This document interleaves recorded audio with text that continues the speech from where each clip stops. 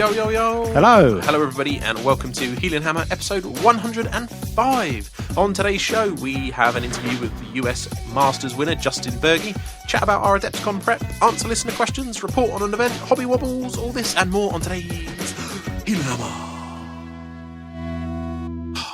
Hello, and welcome to another episode of Heelanhammer, sponsored by Og Games and powered at this early morning by Relentless. Hi, Wayne, how's it going?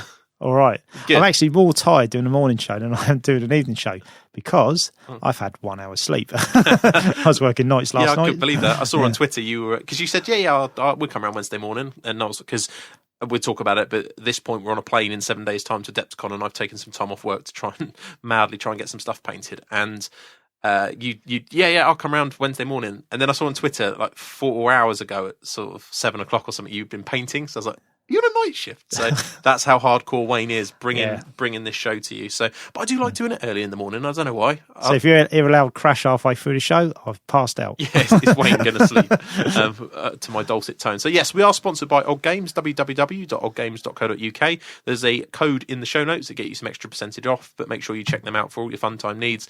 They do so many board games, Magic the Gathering, X-Wing if that's your thing. So many of the UK, X-Wing definitely is their thing, and they do that as well. So make sure you check those out. Great prices all across the board. So straight on to the news. It's not going to be a long one. Coming to you live from Portsmouth, this is the Heelanhammer Network News. So, in brief, the news. There isn't really any. Not many. White Dwarf Weekly still coming out. Not much fantasy going on. I have enjoyed, though, the round basin. I don't know why. It's just quite nice because it forces you to read it. As I'm paying for it every week, I know a lot of people will pick and choose, and I don't blame them. I still get it because of the show, so it's make sure we don't miss anything. It's nice to read it, and I've quite enjoyed the 40k stuff. I'm not a big fan of chaos in any sort of genre, really, of the Games Workshop games. I've never played Warriors. I've played Warriors in the game, but I've never owned an You've always army. had your single warrior in your Beastman army. Yeah, that kind of thing. I mean, I liked Beastmen, but I never really saw those as chaosy as such. I don't know, it's hard to describe it. Yeah, I know, but in my head, right? Which is a strange place to be. But let's not go there. No. But so, chaos-wise, never really been that interested. But I'll tell you what, have you seen the Chaos Space Marine models? Yeah. Generally. They're doing like a plastic box for 120 quid. I've got a load at home. And and I actually really like them. The Terminators especially. I thought these look really good. I was like, I could do these. Round bases. And then I thought, do you know what? No way have I ever got time for another game system at the moment. In my head, what I'm thinking is do loads of painting over this year. And then when my son starts to get to an age where he really wants to play 40k and all his cousins, which are roughly the same age, want to play 40k, that's the time, about a year when they start getting into it, to go and buy some stuff and start painting it up so you can play some games. That's why I've kept mine, because I've got a Chaos Marine army, which got given to me. I've got my Imperial Fist painted, which Cameron plays with already. Yeah. And breaks. And then I've got an old school metal Imperial Guard army, which got given to me. It was actually a bloke at work. His son, who's all grown up, like I'm not. And he just he said, he has some Warhammer stuff, and he gave me a box and it's all old metal Imperial Guard. The little cannons and the brilliant little field guns and stuff like that. And that all needs stripping. But I thought keep hold of it. And Cameron would probably want to play 40k before he plays anything else. So. Well, I see some guys on Twitter that have got older sons and that, and they're Warhammer players, and that they have nice weekend games of 40k with all the scenery and everything else. And I don't care how old you are and how much of a hardcore Warhammer fan I am, that still appeals to me. So I'm definitely looking forward to doing that when they're older. I reckon that's a plan, mate, with you and me living so close to each other. Yeah. All right, missus, you go off. We'll look after the kids today. Gaming weekend. Yeah, but we're doing it for the boys. Yeah, we're doing it, obviously. And then when they're old enough, it'll be. I'll tell you what, we'll take them off your hands for the weekends to the Sheffield Slaughter. So, loads of stuff. So, 40k, I still like to just keep an eye on. Sacrifices we make, as fathers. Exactly, we've got to look after them. So, that's interesting. So, the stuff Games Workshop are putting out, I mean, the quality of the models is just fantastic. As I say, I don't really have time for another game system. If I did, I'd certainly consider dabbling in 40k. Be playing X-Wing, yeah? No. I did. We should mention that, actually, because obviously our sponsor, Og Games, stocks this, and it's a big seller. But I actually have covered in the last couple of shows my sort of, not hatred toward X-Wing, but it's a bit of a jokey hatred, but my dislike of all my Warhammer people I follow on Twitter suddenly just talking about X-Wing 24/7. So I played a game at the Mersey Meltdown on the Saturday night, because I played, I will talk about the Mersey Meltdown later, but I played 2 warm-up games on the Friday and then 5 games over the weekend. So on the Saturday night, I was trying to convince someone to play Warhammer with me, but no one wanted to. So there was like, I'll play X-Wing. So I played X-Wing, It's a good game. I don't think it's something that I'll pick up, and I don't think it's something that I would get massively excited about, but I can see the appeal to a lot of people. It's, no preparation, tons of tactical depth to it to a point. But it just didn't grab me. It's a bit like War Machine. I think if I was going to play another game like that, it would be something like War Machine, which has got even more of a tactical depth and combos and everything else. Yeah. This was kind of like I don't know, some people will probably shoot me for saying it, but I find it like a simple version of something like War Machine, But it is really good mechanics. Like, you don't really know where your opponent's going to fly. You turn these little dials that tell you what maneuver you want to do and turn them flat down, and then everyone sort of reveals them in a given order, and you move all the ships. So it's kind of a bit of a guessing game to a point, and then you're always trying to get a good shot on someone whilst not getting shot yourself. So it is quite a good game. It's just not something that particularly grabbed me. It did look cool with the Star Wars universe and stuff, but it just wasn't that exciting to me, I think. But yeah, so I can definitely understand why people want it, and I was interested just to play a game just so I knew really what it was all about, because it's a big thing. But yeah, didn't grab me particularly. So the only other thing I want to talk about briefly, just in the news, because this is hot off the press this morning, and this may change by the time the show comes out. It'll be about 5 days later after we recorded this, I would have thought. Is that, have you seen this morning that all the social media for Games Workshop has disappeared online? I read someone put on Twitter. There was I read it last night actually when I had one of my breaks from painting. I saw that they've just. So at the moment, all the social media seems to have dropped. So the Twitter at Black Library, and Black Library, one of the more outgoing people at this kind of stuff. It may just be being rebranded, but it might just come back up with something. But I know Games Workshop took down Facebook pages previously and things, and they never came back. So that was the chat all over the forums this morning, is people wondering why, if it's just a rebrand, it's just temporarily gone down, it's just odd, it just disappeared overnight. So there you go, hot off the press, and we might be talking complete rubbish. So next up, our interview with the national champion, the winner of the USA Masters. I feel like what we should have is, did you ever watch wrestling back in the 90s in the glory days? WWF? No? Would I admit to that? I would. I watched it. It's amazing. The Rock. You didn't watch it, did you? No. I know what you're on about. You're just in that age bracket where you missed it, basically. I'm just in that age bracket where I was old enough to know better. Yeah, exactly. But I used to love wrestling back in the 90s with Steve Austin and The Rock and all these people. And every time we do something like USA with this like national champion, I picture the guy up there with a WWF belt and music playing in the background, and just amazing. So it feels like we should do like a WWF sort of. You do realise when we get off the plane, someone's just going to walk up to you and give you a belt. Yeah, it'd be awesome. Going to have to ask you to crack 2 cans of beer. I just love it, with like a big mohawk that's dyed in the colours of the US and the rest of it. I just love it. So that's what I would love to insert right here. When did you start? Because when I watched it. Originally, it was like the Ultimate Warrior and Hulk Hogan. Yeah, see, I started watching it there, but the majority of my main obsession with it would have been when I was probably 14, 15, 16, that kind of thing. So mid-late 90s, I guess, something like that. Yeah. Whenever The Rock and Stone Cold and The Undertaker and all that. Yeah. Undertaker's probably the best character there's ever been in it. Yeah. Anyway, we're not here to talk about wrestling, but yeah. Oh, no, I just admitted I watched it. Yeah, exactly. Oh, no. Everyone's watched it. It's an amazing programme. If I watched it, he would have been the best character. I only watch it for the story. No. Yeah. And I don't, and it's all, people say it's staged, but it's no way. No, that's totally real. No way. That's what I think we should have really as an intro music, and I can just imagine Justin coming out and being like, yeah, and everyone going mad. And there you go. So with that in mind. And then Ben Curry comes out the other corner and there's boo, he's the baddie. He's like the Undertaker. He's listening to this now, loving it, absolutely loving it. Okay, so with that in mind, here's Justin.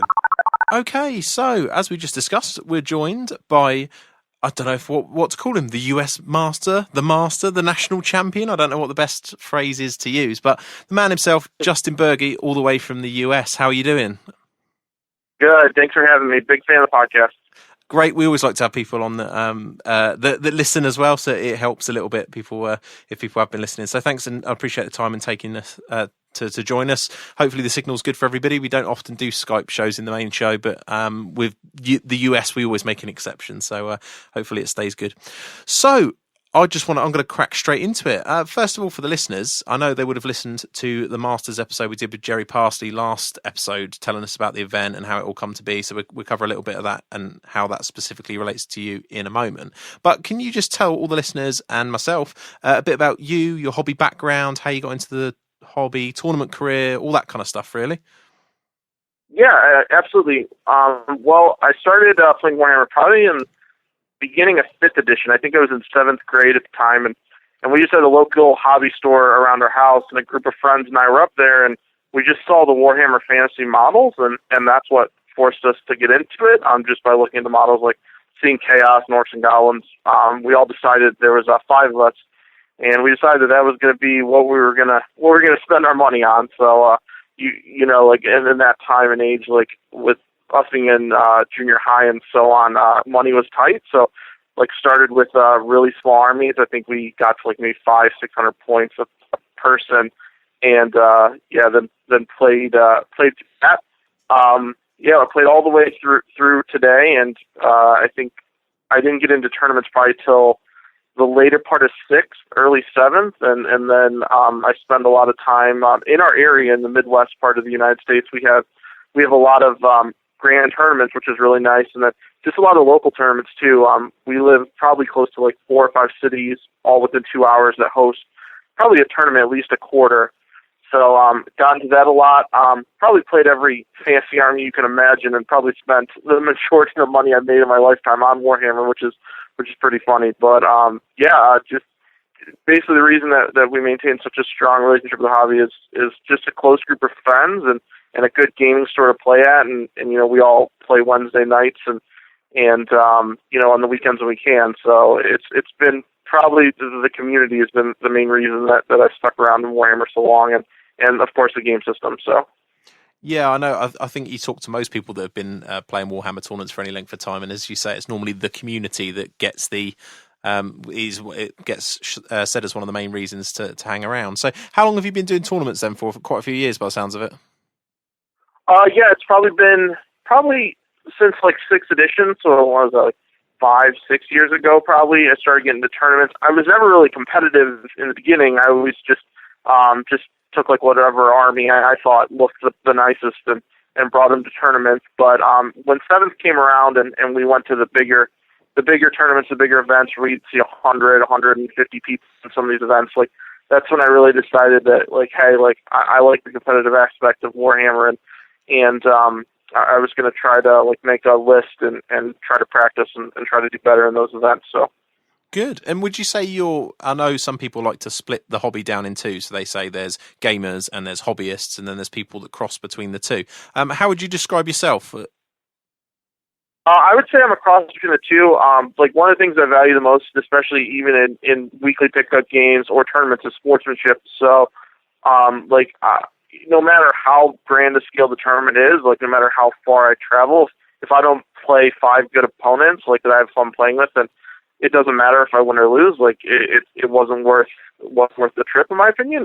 But on the other hand, I do value like competitive play. Like I continually try to make myself better, and the better competition I have, the better I become. So yeah, I would say a hobbyist overall. Good.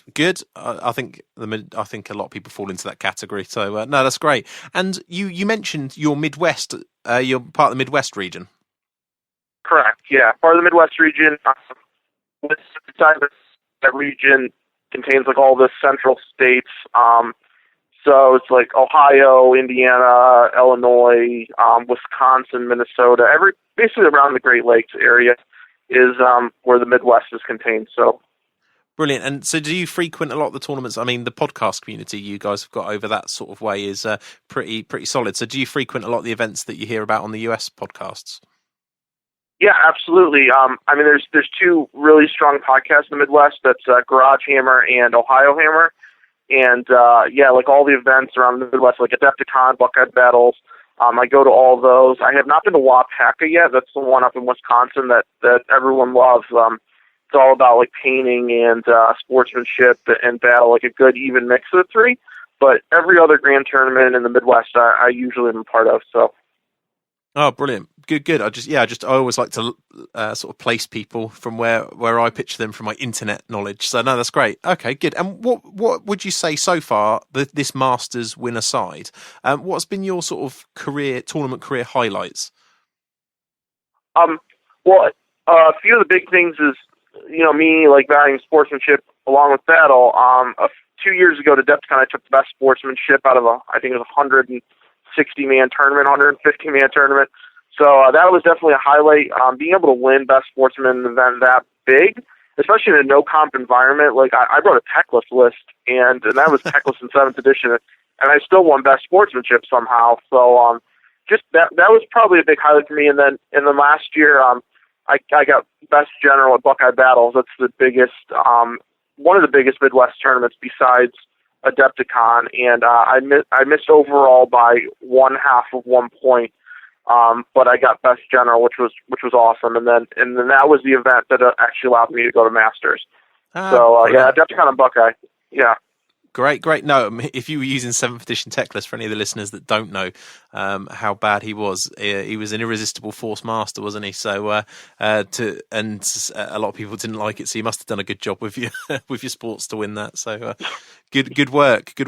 So let's talk a little bit about you mentioned there how you qualified and gained entries to the Masters. How did your region select the people the candidates that got to go?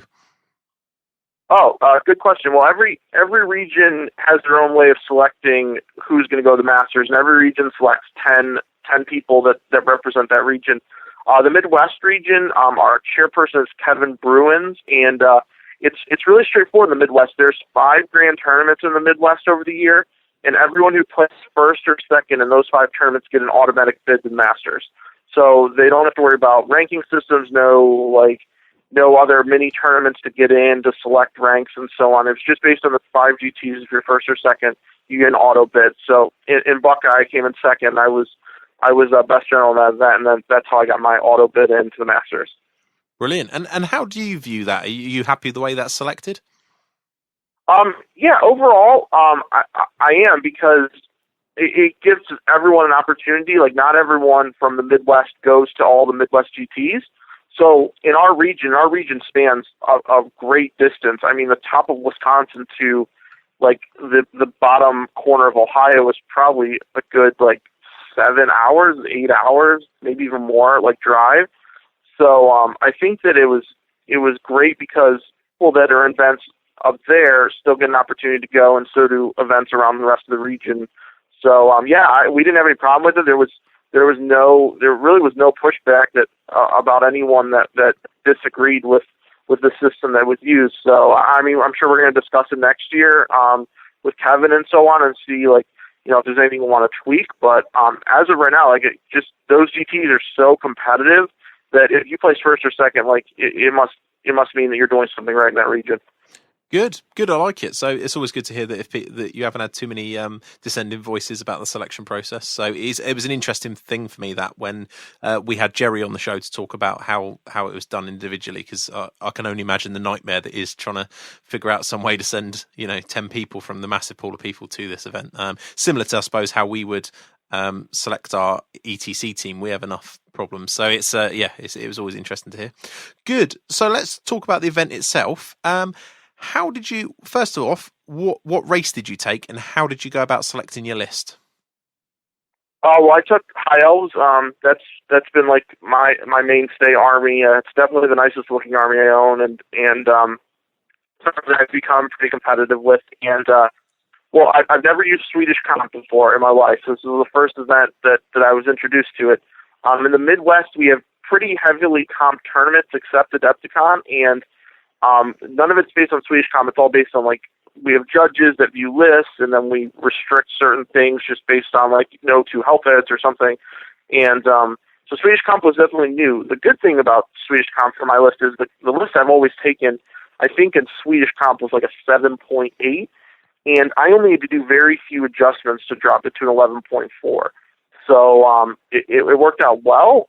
My list I had originally, I don't take a lot of things that you get comped for heavily in the High Elf army, like Phoenixes or a Banner of the World Dragon or a Dragon Prince bust. So it just happened to work out that I could just tweak some things to drop my score a little lower, which helped me in the tournament. And then it was basically just plugging in the numbers, trying to figure out, and then I would practice at my Wednesday game to see if that would work out. So it was pretty straightforward, and it worked out. It worked out well based on the fact that I didn't have to change my list that much. So, and did you mentioned you hadn't played in Swedish before, and I know it's always interesting when you first play this. Did you have an idea of? There's always a lot of discussion on this. Did you try and aim for a comp score, or did you, as you said, did you just sort of select your normal list and then tweak the numbers upwards until you were happy? Yeah, well, I mean, 0 to 20, like, I was trying to just guess, like, where everyone was going to fall, and there had been a lot of discussion on, like, the Masters boards about where people were going to fall in that number, and a lot of people were like, oh, we're going to be in, like, the 6 to 11 range, or whatever, and I just took that at heart and said, like, well, if I faced a normal army, I've seen an uncomped environment, where would it fall? And I was putting in the numbers for some of these warriors and dark elf armies and ogre armies, and they were falling in like under 5. So they were like really high. And so I just set my goal. I'm like, all right, I'm going to try to get, like, my goal was 12.5 originally, just so I can get some additional bonus points in some of the games if I fought some really harder armies. And after plugging in and doing the math, like 11.4 is where I ended, and I felt strong about not having to sacrifice anything to get it. So. Good. Oh, yeah, I'm always interested how that works. And it does sound like you did a bit of prep then. Did you say did you just work out roughly the sort of things you'd seen in tournaments in the comp score? Yeah, I would take, like, all the experience I had at grand tournaments and like what an average list is. So if I usually come up against warriors, like, what do I see? And then I would just use the Swedish system and see what their comp score was. And a lot of the armies that I'm used to facing, they would be really high in the comp, meaning, like, below 5. They would get knocked a lot. So yeah, I would just do that, and then I would each week. I think I only did it for 3 weeks before the event, but I would, like, play with, like, my regular list, and then the next week I would do the tweak list, and the next week I'd do another tweak list, and it's just to see, like, what worked better, because you have to sacrifice some heavy things to get your comp going. Especially in high elves, like, they have some things that you have to, if you sacrifice it, you get a ton of points in the Swedish comp, but it really affects, like, how your army works. So it was me doing that every week up until the event, and I had a good group of guys, especially one of the other guys in my gaming scene that actually went to the Masters too. We're from the same gaming club, and we would practice just lists on each other, which helped out a lot. That was going to be my question, actually. So did you, was there like an email ring going around or anything, or was it just, just your gaming club? You were just chatting about it there? Well, in the Midwest region, there was like a forum just for the Midwest on the Masters website, and we were talking and throwing some ideas back and forth. But yeah, it was mostly just me and the same guy that went to the Masters for my gaming scene. He played Warriors, and we would just throw lists back and forth and try to tweak them as best we could. But overall, it did help having that, like, those resources in our region, because everyone's trying to play for first place, but we're also trying to play for best region. So we're going back and forth to try to get best region, because that meant a lot. And yeah, it helped out from both just a local gaming scene and also having the support of the region as well. Now, that was something I was going to ask you about, actually, because it always interests me that there was a sort of a best region award at the tournament, so it almost became a semi, as although it was a singles and you're fighting for the overall champion type thing, you also had sort of regional pride on the line. And by the sounds of it, from my discussions with people who went to the event, I just wanted to confirm this to you, that seemed to be quite a big deal. Was that the case at the event? Everybody wanted to represent? Yeah, absolutely. There had been a lot of back and forth talk before the event started between regions, smack talking a little bit. I think the Northeast were probably laying down the hammer on the forums about how well they were going to do at the tournament. And, a lot of the other regions reacted, and I think that made them better. Like, they started practicing and they were like looking at the Northeast list, trying to figure out, like, how they were going to beat them. But yeah, like, the region aspect was great. The Northeast took best region. Midwest took second, and we were thrilled about that, because we're not as heavy competitive gamers in the Midwest as some of the other areas of the country. So getting second, and the good news is Midwest swept the award. So it was definitely like a Northeast. They're just average players, just phenomenal. So just the amount of work they put in. They were playing, they were practicing lists and so on, and it was almost like an ETC environment for them. But the Midwest was pretty excited, taking home all the awards. So it was a good show for both the region and for individuals. Excellent. Yeah, it did certainly look like there was some hot competition in that particular category. So that's great. So let's talk about your list then. What was your list?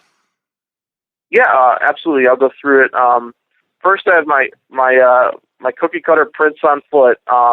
Just the giant blade dragon helmet talisman of endurance. So he's there just to carve up anyone who gets into my Phoenix Guard. I have an Archmage with the Book of Hoeth, the Talisman of Preservation. Of course, he takes high magic, and he sits in the Phoenix Guard trying to boost their ward save.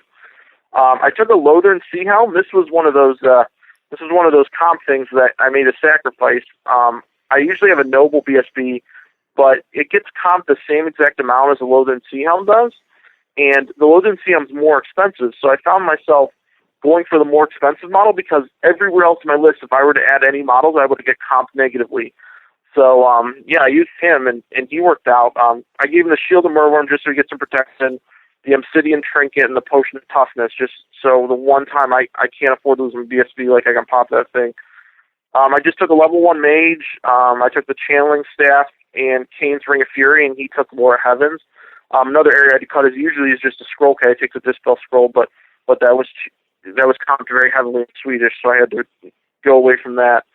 I took a Handmaiden of the Everqueen with the Reaver Bow Potion of Strength. No surprise there. A ton of High Elf players use that. Then I took a Searman block, 34 strong with the Bane of the Eternal Flame, hoping that maybe against Cav, like that Fear Test can come in handy, or if they're fighting a Chimera or something with regen, I can stand a chance.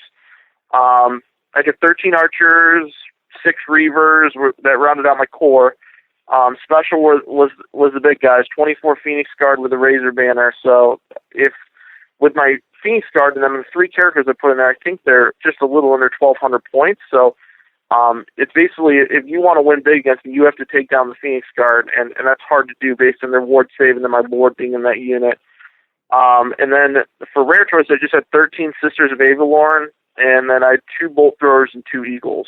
So I have a lot of chaff, a lot of redirectors, and then I have my big bad Phoenix Guard unit. So yeah, sounded fairly balanced actually, and it's quite interesting to see High Elves under Swedish comp because my knowledge of it seems to be that they've had quite a bit of success. Although I know when we had our first Swedish tournament, one of the big Swedish tournaments here in the UK last, the High Elf players were crying they couldn't make a list, and then I think they ended up finishing first and third or something like that. Some ridiculous thing where it worked out okay. But I think, in my view anyway, it seems to be down to the flexibility of the list. I mean, did you feel that you had to make many concessions? I mean, obviously no scroll and things, or was it just small tweaks that added up to a decent score? It was small tweaks, but some things that you see that really, they're items that, specifically items that really benefit the army. Like I had to drop my Stubborn Crown, which is huge. Like the Phoenix Guard, like even though they have a lot of output with the lore and so on, they do lose combat, especially if they get surrounded. So not having that Stubborn Crown hurt, but man, does the Stubborn Crown really hurt you in the Swedish comp system, which is good because you see it in like every list. And I'm glad that the Swedish comp sort of tries to get away from that.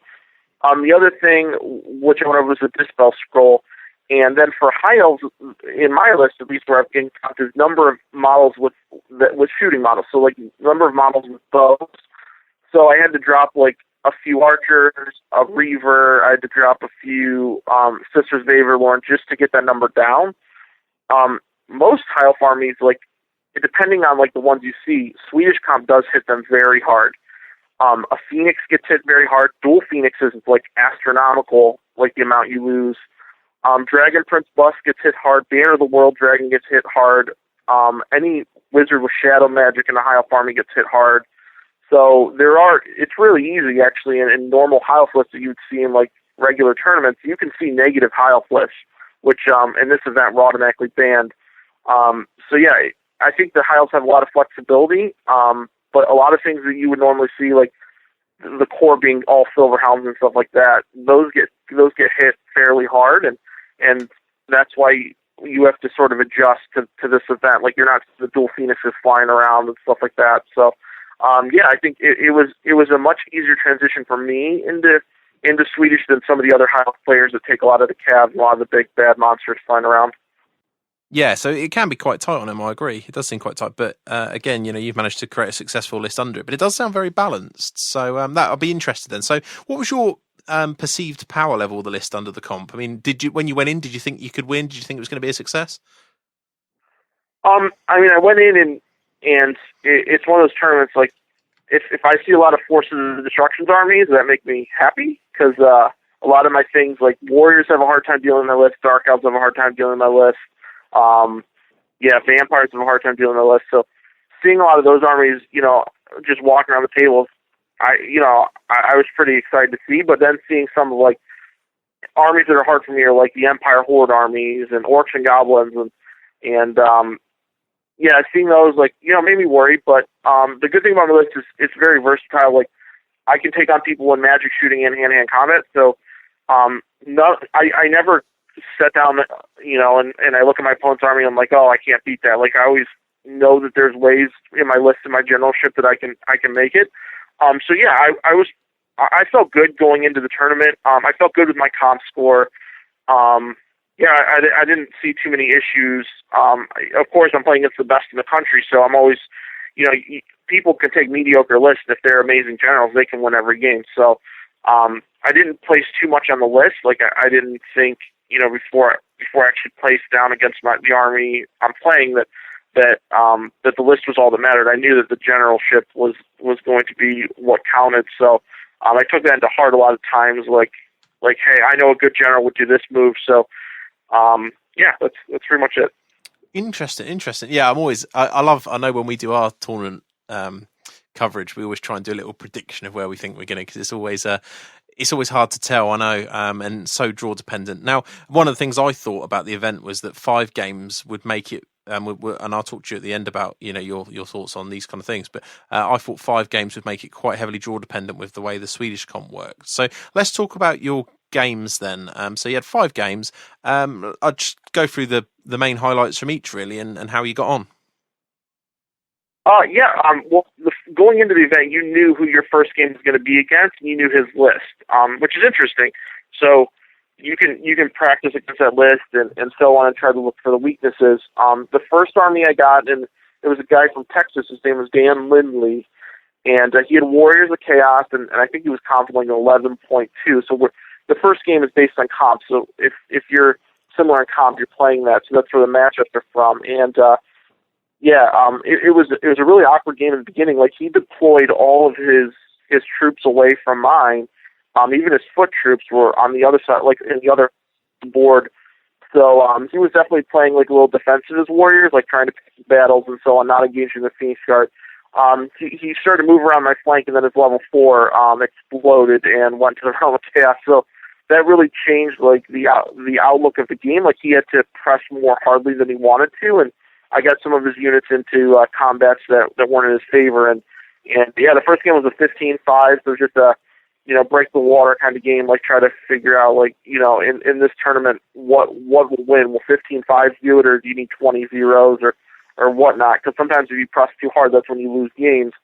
The second game was against Corey Reynolds. It's a guy I've known for probably 3 years now. I go to he hosts Grand Tournaments in New York called Crossroads, and he's a great guy. Like, he's one of the best generals in the country by far, and he had a Dark Elf Avoidance list, so it was a 9.7 comp. So it was lower than me, so I got a few bonus victory points, and this was the fortitude scenario. So if you break, you give up, I think, 600 victory points or whatnot. It wasn't an auto win, but it's like 600. And he had, tiers of warlocks, like fast cav everywhere. He had like 6 or 7 characters on cold ones or the Dark Steeds. And I know they're taking cold ones because it's a way to get around the comp a little bit. Is if you take all these characters on Dark Steeds, you get comped really heavy. And he had like 4 bolt throwers and little shelf units for core. And it was a great game, like back and forth. Like, we couldn't tell like who was going to win. And then I think it was like second to last turn, he cast Curse of Honor here on my Phoenix card. And my obviously my BSB didn't like walking because he tripped over a stone twice. Failed both of the dangerous terrain tests. He died, and then I broke because of it. So he actually got a win in that. It was, I think, but I done enough to his army to minimize the impact that the fortitude had. So the second game, this Whitney, he's a West Coast guy from California. He was playing demons, and it was a 16.7 demon list. And let me tell you, it is hard to get that high a comp in demons. So he had like a 500 point bonus in battle points going into it because he was up like 500 points on the comp system. But a really awkward demon list. He had like 2 units of flamers. He had a soul grinder. He had a unit of bloodletters. He had a unit of blood crushers, which you never see, but they're great, beautiful army on the battlefield. And I just pressed the advantage. I sent my Phoenix Guard like straight into the thick of things, and fiery convocation got off on his bloodletters, and it basically evaporated the unit. So he was running away with them the whole game, trying to conserve points. The Phoenix Guard finally got into like his flamer units and the blood crushers and so on, and then he even charged a soul grinder in the rear, but my lord was just basically at that point chopping through everything. So that ended up being a 17-3, and that ended day 1. Day 2, the first player I got was Collins Mullen. He was a Warriors player, 14.4 comp, so once again he's getting bonus points on me, like 300. He had skull crushers, all the tools. I think a general and a BSB, both on demonic mount. I just sort of played the field to my advantage, used my sisters to shoot down like some of his big baddies, and drew him into the Phoenix Guard. BSB demonic mount 3 times in a row, and that killed him. So the Arcane Forging, just with the metal aspect of the spell, killed his BSB, and that's a ton of points and character. So just me killing some of the units I needed to, that forced him to come across the board against me, and he had combats that just weren't in his favor, like Skull Crushers against Phoenix Guard and so on. So that was a big one. That was a 20-0. So I was pretty excited about that. Sorry, Justin, you broke up at the beginning. What was the main combat? I got as far as the BSB died, but what happened with the combat? Yeah, it was his BSB dying, and then my sister's taking a lot of his stronger units I was shooting. It forced him to jump into combats that before he was set up, like to get counter charges and to get flanks and so on. So Skull Crushers into my Phoenix Guard ended pretty poorly for the Skull Crushers, as did his Lord. So, and then I think his Forsaken were into my Spear Elves. My Phoenix Guard got a flank charge on it, so that hurt him as well. So, and how did the BSB die originally? Well, the BSB, he has a 4+ ward save, and so I Arcanum Forged him, and the first Arcanum Forging took off his ward save. Excellent. And then I Arcanum Forged him 3 more times, and he has a 1-up armor, so 3 2-ups in a row, and then he just dies from 4 consecutively cast Arcanum Forgings. And he was so worried about Fiery Convocation that he was saving dice for that, and Arcanum Forging was just risking it. And that's a great spell because it just picks off characters as long as taking off their items. So, I basically played the scenario to my advantage. I played the terrain to my advantage, and I made him come across the board. And by the end of the game, he only had maybe like a few chaff units left. So it was a 20-0 for me. Oh, brilliant! So that really jumped me up in the standings. And then the last game, I was on table 3, and it was against another Warriors player. So once again, I see Warriors. I'm already thinking in my head like, all right, I gotta pick my battles, and then I have the advantage because of like the fact they're forced destruction. So sisters become better, and the fact that he has very few model counts. So like my Phoenix Guard, it's less for him to outmaneuver my Phoenix Guard. So he started coming across the board, and he has a Zinch Knight bust. The last guy, his name's Nick Hall, and he had a 14.9 comp. So once again, he's getting like 300 points from me. First Warriors list I've seen with a Zinch bust in a long time. So. He comes across the board, and he knows that I have so many redirectors and chaff that he puts all of his characters solo. So the Zinch bus only maybe had like 1 wizard in it. He comes across the board, and then my sisters target his Lord, who has a 3-up ward or something, a 4-up ward. And they get a lot of hits, and you see all those 2s on the ward save, and it's almost celebrate time. He dropped over. And so then he started resorting to like doing final transmutation on my Phoenix Guard. So he did it twice, and he got total power or irresistible force off twice. And my BSB dropped from turning into gold, and it was a really close game until some of the combats started happening. So my Eagle got a lucky charge on the flank of like just a 10-man Marauder unit with a wizard in it, and it broke that, and there goes one of his wizards. And brilliant. Yeah, the Eagles, man, they're like my favorite thing in the army. But that broke his wizard, and then so his Zinch Knight bus was forced to engage my Phoenix Guard, and that's not a good matchup for them. And his BSB charged into my Spear Elves, and my Spear Elves held, just being steadfast. And the next turn, I won by 1, and that's what happens. He has rerollable 8s or whatever, and he breaks, and the Spear Elves run him down, and so on. So the Zinch bus finally came into my Phoenix Guard at the end of the game, and that's still doomed for the Zinch Knights. But he was basically just hoping for anything at the end of the game because of the fact that the rest of his army had been broken or shot down or magic. So that ended up being a 19-1 on table 3 at the last game, which was huge. And I have no idea. Table 2, like, they got done before us, and they were a draw, 10-10. So I knew, like, right off the bat, like, when the game was over, that I had a chance to take overall. And table 1's in, like, this closed room, so no one knows what's going on in there. There's camera coverage, like it's on Twitch or whatever, but no one in the actual event knows what's going on. So it was just a wait basically after that last game to see, when they were done, and they came out into the scorecards, and it was just a waiting game till they announced the champion. So. No, I was wondering if did you have an inkling that you could be in for the win, or did you just think it was going to be a high finish, or you just didn't know? I didn't know when they came out. Like, it was demon against demon on table 1, so like anything can happen. Just rolls on the Winds of Magic can make that game go one way or the other.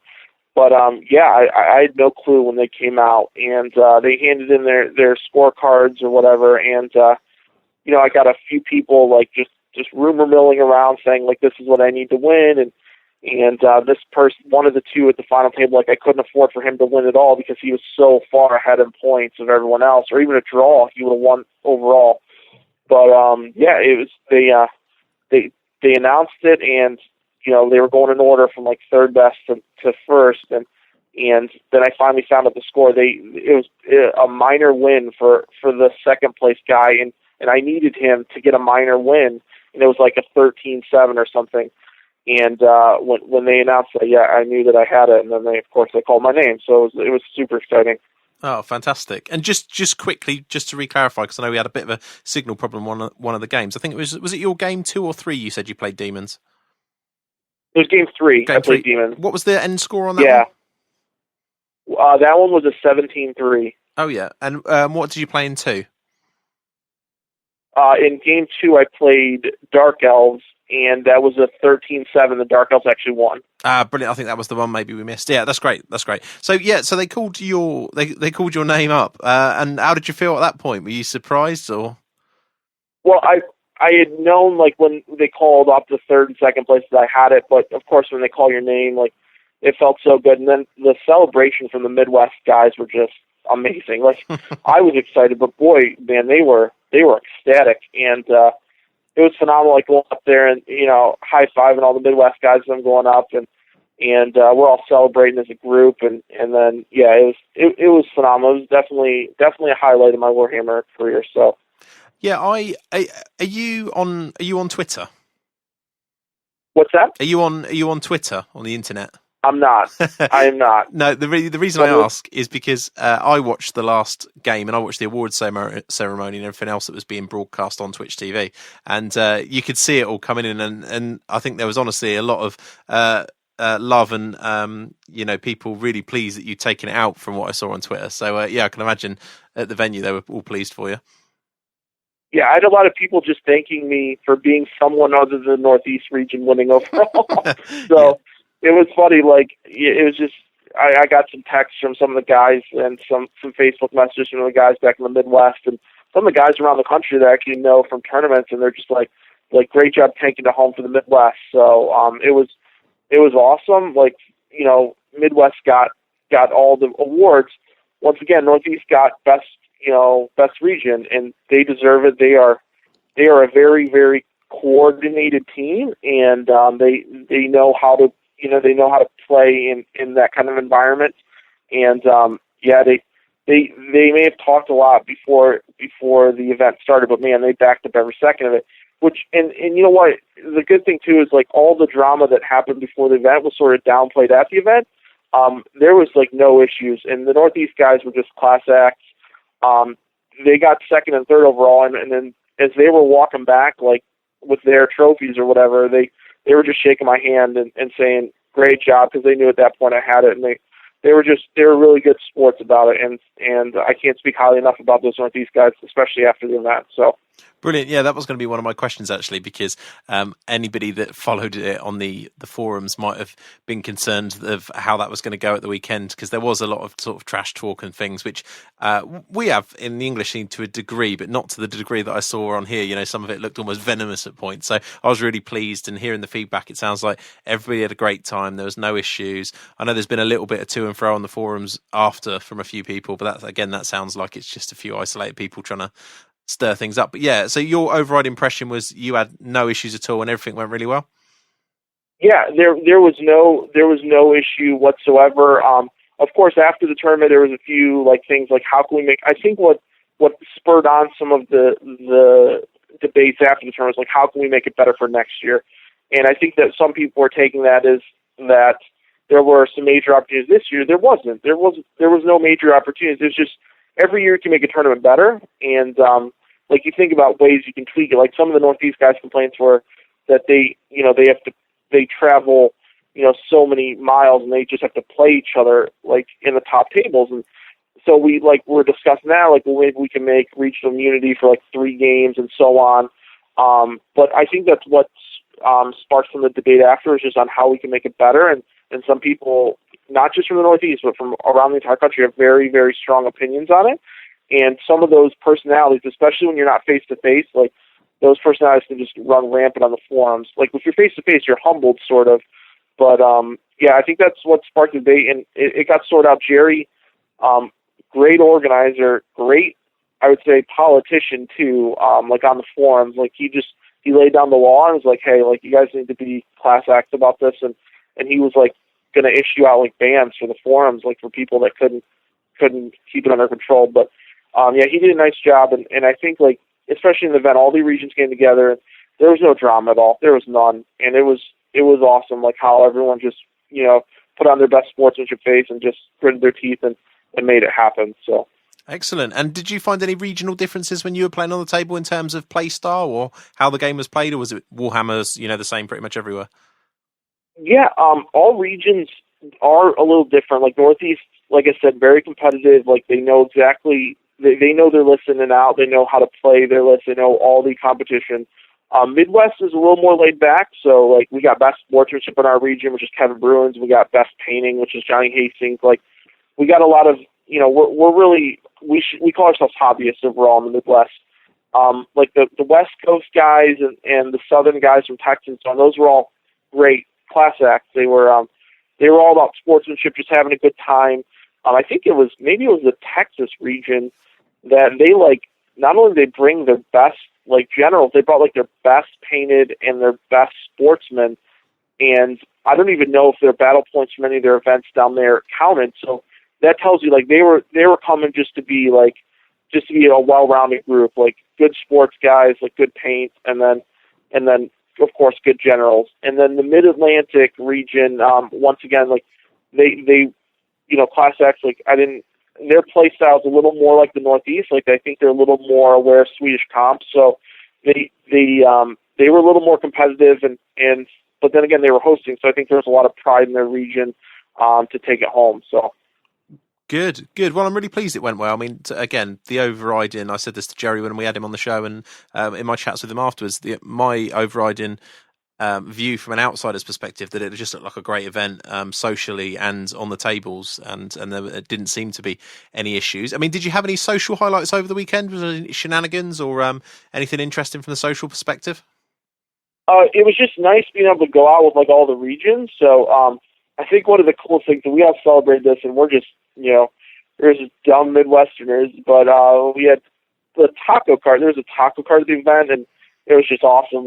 It's hard to find something like that showing up to a gaming store, but we were all laughing about that, how great that was. And then they had actually beer at the hobby store, they have their liquor license and everything. So just being able to take it easy and kick it back with some of the guys in the regions. And then of course we went out to dinner with some of those guys, and it was pure fun. We went to a Greek restaurant and had a blast. We're all in this party room, all the tables and so on. So It was, socially it was a great event too. Like we got to meet guys from every region. There were some guys in the Midwest I didn't even know, and like just meeting them and like, getting a rapport with them and knowing that we're representing with one region, it meant a lot to not only like the individuals but the regions as a whole. So excellent. Now you touched on feedback and people looking to next year already. I mean, have you got anything that you thought was a standout feedback-wise that needed to be changed or altered for next year? I'm sort of in the air on a few things. Like the regional immunity is one that we're talking about. I know the Northeast guys are heavily in favor of it. Then again, the opposing opinions is, hey, this is a Masters tournament. Like if 7 of the top 10 guys in the country from the Northeast, you're going to play each other to win. So that's up and down. I like the idea maybe of like a 2 or 3 game regional immunity, and then like the last 2 or 3 games is all the dice are on the table. Like you could play whoever, including your region. The other big thing was like game amount. So they were talking about like, well, do we up it to 6 games? I'm okay either way. Like 6 games would have been great. I would have been able to play one of those 2 DM players on table 1.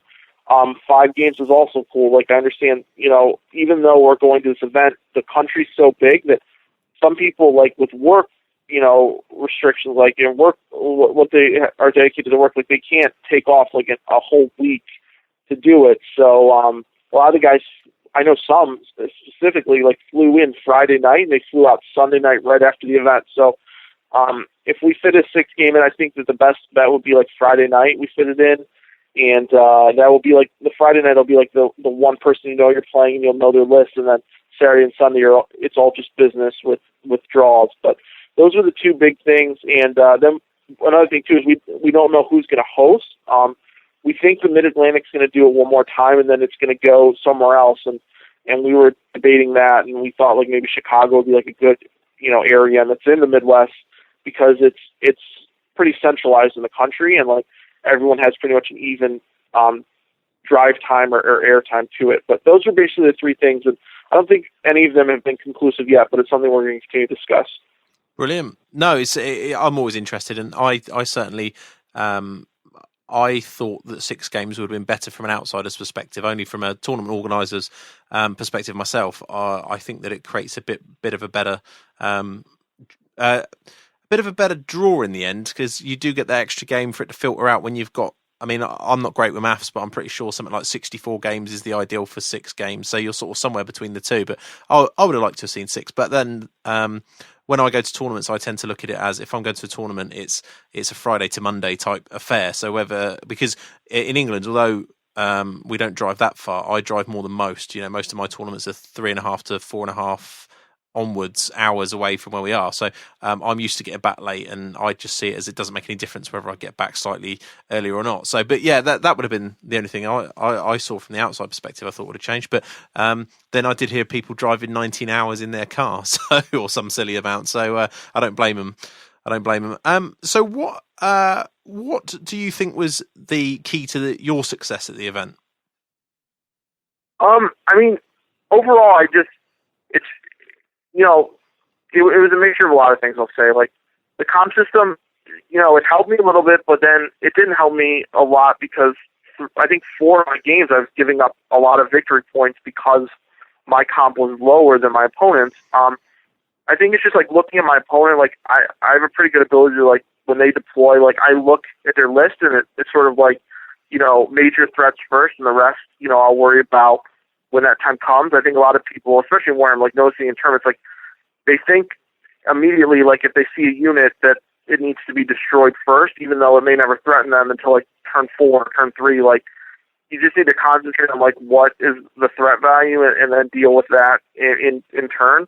My list had a little bit to do with it. Like I'm pretty good. I have a lot of redirectors, a lot of chaff, and then you really have to get to those Phoenix Guard if you're going to take points from me, and that's something that a lot of armies can't do.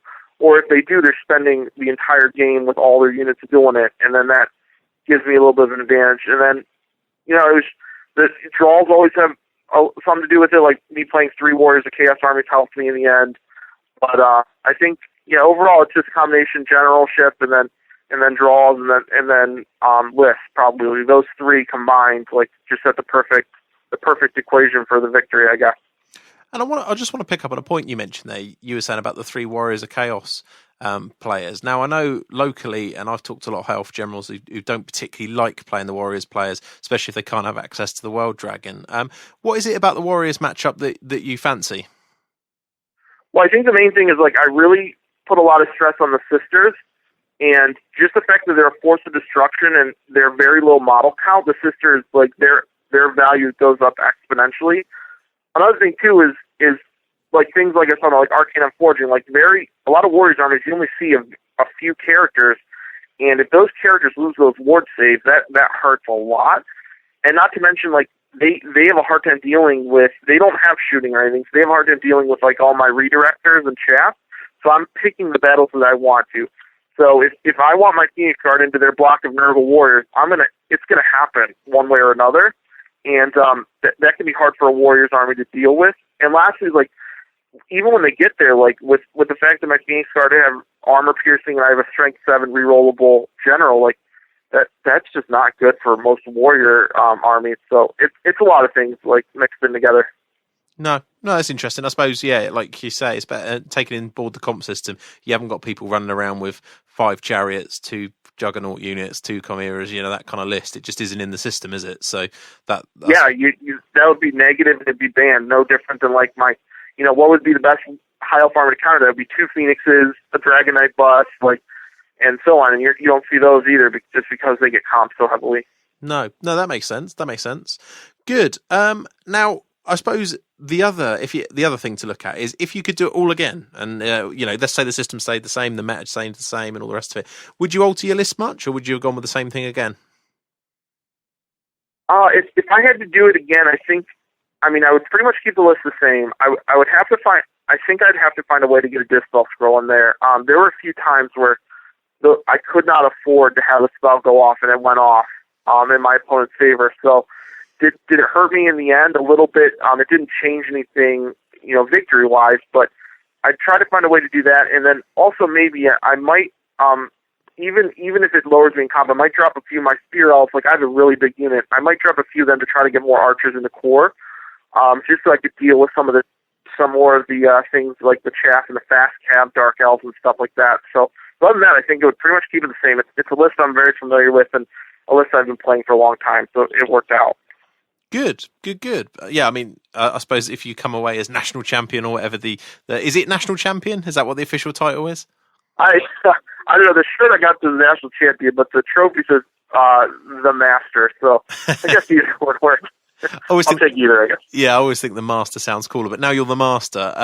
I suppose that, looking back on it, if it won the Masters, it couldn't have been that bad a list. So, like you say, you shouldn't probably tweak it too much. But, how does it feel now to be the master? Do you feel any extra pressure going into the next event, or is it just business as usual? I've already had like 3 or 4 people text me and tell me, like, at this event, I'm going to grudge match you round 1 or whatever. I'm like, okay. Like, so, you get a little more pressure, but, then again, a lot of pressure is off. Like, you don't have to prove yourself because, you've won the prestige event in the country. So, if I don't have to, like, go into tournaments thinking, like, oh, well, like, I want to be recognized for, like, what I do. Like, I've already have that. So, I think I can just go into tournaments and just, do what I do. I play for fun, and my goal is to have 5 good games or 6 good games. Like, and do I want to win? Like, yes, but like, is that the 100% the only reason I'm there? No, not at all. So I think that in that point, it's good that I've already proven to myself that like I can do it. Like, I don't need to take over the top stuff, and I don't need to be an asshole at some games like to make it work. So I feel good like where I'm at, and overall, like I don't think going forward. I don't think I have to prove anything. I think it can just sort of, not exactly take a back seat, but just play more relaxed and then have fun in my game. So good. I like it. And do you get an auto invite for the next one next year, or do you have to qualify again? You know what? That's a great question. I have no idea. I haven't even discussed it with Kevin.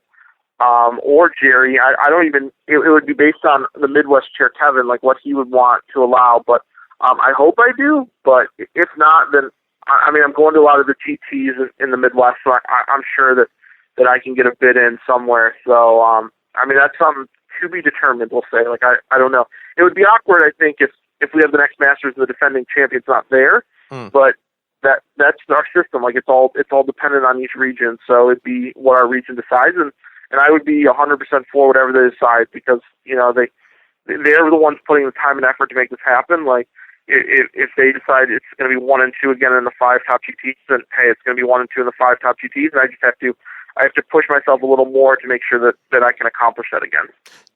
On that as well, I mean, we have in the English scene, the Master always gets an auto invite, so you find quite a lot of people win the Masters and then don't play any tournaments all year, or just have a real fun time doing it because they're not bothered. But so does Wapaka count as one of the Midwest 5 that gets you in? It does. Wapaka is one of the tournaments. So does that mean Chris Tomlin, who comes second over from the UK at Wapaka, does that mean he gets an invite to the US Masters? I don't know. I assume so. I mean, once again, it's the U.S. Masters, but it's just talking about tournaments in the U.S., not U.S. nationality. So, I would assume that, and then once again, it's an assumption, but I assume if you place 1 or 2, you get an invite to the U.S. Masters. How awkward would that be, though, if someone not from the United States wins the U.S. Masters? Yeah. But then again, that would make us pick up our game. A lot of the U.S. guys would have to make sure that didn't happen. So yeah, I mean, we had a similar thing. I don't know if you ever followed Podhammer and the other podcast back in the day. Bobo the Vampire Monk, or Isaac Alexander as he was known. He came over and lived in the UK after being Australian number 1, and he got into the UK Masters, and I think he placed at one of the Masters we had. He was in a position to win, so there is precedent for it. I just wondered, it suddenly come to me actually. I'm gonna have to text him in a minute and find out if he knows if he's in. So if I'd been over and got a podium, I certainly would try and make the Masters in the next year. Just to, again, it's just another great event where you get to meet a lot of people. So interesting. Good. Well done, I suppose we should say. First off, I can imagine that you're chuffed with yourself. Just quickly then, before I let you go, we're coming over to America, and you mentioned that Adepticon is one of the tournaments that you've attended. Are you going to be there this year? Yeah, I will be there this year. I'm doing. You were talking about how you're when you dedicate a weekend to Warhammer, it's usually like a Friday through Monday thing. Well, Adepticon's one of those events. I think for me, it's a Tuesday night through Monday morning, so it's a whole week thing. I'm going down there Wednesday morning, and I am playing in the Big Brawl, which is a 3,000 point no comp event. It's on Thursday. Then I'm in the team championship, it's probably the biggest team tournament in the country. I think there's like 140 teams, something crazy like that. But I'm in that Friday with my good friend Jeff Parkhurst. He's actually the person that runs the Buckeye Battles event. And Saturday and Sunday I'm in the championship. So I think that's 160 players. And Adepticon is one of the, like I said, Midwest, we're usually really laid back, and it's a pretty comped environment. I would say it's not at Adepticon. There's no comp whatsoever. So it's fun because it's really different than everywhere else that we're used to playing at. And just have you ever been there before? No, it'll be our first time this year, and I'm the same, similar to you. We're flying out Wednesday. We get in sort of about 2:00ish on Wednesday, and we don't fly back till Monday evening. So we're there most of the week, but we're only booked in at the moment because we've got a lot of things to do with listeners of the show and things. We've only booked ourselves for the team championships, where we're playing with a couple of listeners, which is great, and then we're doing the championships over the weekend. So we're looking forward to playing a lot of Warhammer over there. But have you got any tips for us on our trip, be it gaming etiquette or gaming, anything we should consider really? Well, I mean, it is a great venue to start off. It is in a beautiful hotel, and it's some of the biggest tournaments in the country. You, of course, have some of the best players around the country and a lot of international players. I think last year Ben Curry was there, if I'm not mistaken, on one of the top tables in the championship. So, we get a lot of people from a lot of countries.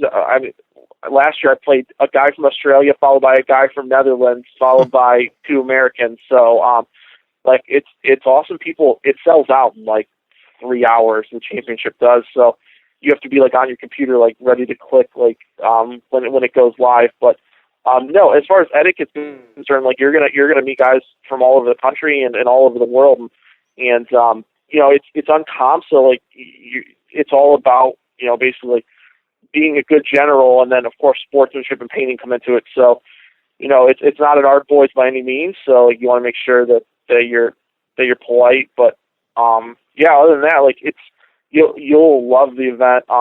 It's run by all the fancy. I think the fancy championship and the team tournament run by Alex Gonzalez, who's just he's an amazing guy from the Midwest. Like he's always been the main go-to person for fantasy in Chicago. So he runs a great event, and the size of this hotel is unbelievable. So it's definitely it's an event worth going to, and I would rank it. I've been to very few international events, but I'd rank it probably just in prestige alone one of the top events in the world. So yeah, when we certainly picked it because we thought there's a lot going on, and we get to meet as many people as we can, which is the key goal. I know a few people have mentioned their own opinion on whether they think the tournament's the best or their experiences over the years. But for me, having spoken to English people that have been out there, they've got nothing but good things to say about it, and we're certainly really keen to meet a load of listeners, put names to faces and everything else. So I can't wait. I mean, by the time listeners are hearing this, actually, I'm about 2 days from a flight, I would have thought. So I'm super excited, and I'm sure some listeners will be pleased when we stop talking about it because we've been doing it a lot. Yeah, and even Games Workshop puts a huge emphasis on this event. I mean, like Forge World's there, like all the big like vendors are there, like Battle Foam, Gale Force 9, Battlefront Miniatures. Like they have a lot of events that aren't just Games Workshop related, but the Games Workshop events, in my opinion, are the ones that really shine. And just the fact that a lot of Games Workshops pumps a lot of stuff into just with their Forge World booth. Like their Forge World booth is amazing at this event, and especially for us in the U.S. Like all our pre-order models, like and all our models that we order, like they bring them along. Like we don't have to pay shipping or do any of that stuff. And they have them ready for us at the event. So a lot of the authors too from Black Library are there, and I know that especially the Horus Heresy series, any of you guys read that? Like I do. A lot of the authors that wrote a lot of the books, like in the past years, they've been there and they've signed like all my books, which is amazing. So, it's just a great event. The swag bags are awesome too. Like last year, they were giving out like Battle Foam cases and stuff. It's really good, and the hotel in general, like the rooms are amazing, and there's really nice restaurants like right by the hotel and inside the hotel actually. So there's not a doubt in my mind that you guys will have a blast. Absolutely. Yeah, I'm looking forward to not only exploring the restaurants and them. If you've been listening to the show for any length of time, I like my food. But so I'm looking forward to that, and we've got 2 groups sort of booked in, if you like, to take to. Us to eat with them, so I'm hoping they're going to show us some nice eateries around the local venue. So I absolutely cannot wait. So I appreciate your thoughts on that. And one thing I will ask you, I mean, do you think list wise? I know Wayne's been talking a lot about he was going to take a scathing list that I thought was pretty good, and he's now literally hot off the press. This news in the last couple of days has asked me to rewrite what I thought would be good with his sort of take on the list, and probably when this show goes out there'll be him talking about what he's done. But I mean, do you think the power level is going to be quite high there? Should Wayne be worried? Like it's such a big tournament that you usually see like people differentiate themselves after 1 or 2 games, and all the top tables are very, very not only strong lists but very good generals. And then you see like people that are there for the hobby, just hobbyists like taking like just fun, flavorful stuff. You'll see them too, but yeah, I think the top tables you're going to see some power. I'm not saying broken by any means, because there's different levels that people have and different opinions, but you're going to see good generals and you're going to see strong armies. So I wouldn't expect to see a Vermin Lord on any of the top tables anytime soon. So unfortunately, but you're going to see the dual Grey Seer Skavens. You're going to see the warriors armies with chariots and skull crushers. Like you're going to see those, but then again, you're going to see lists that are flavorful too. Like I think in the past few years, we've had Tomb Kings managed to make it to the top 10 tables and stuff like that, like Orcs and Goblins. So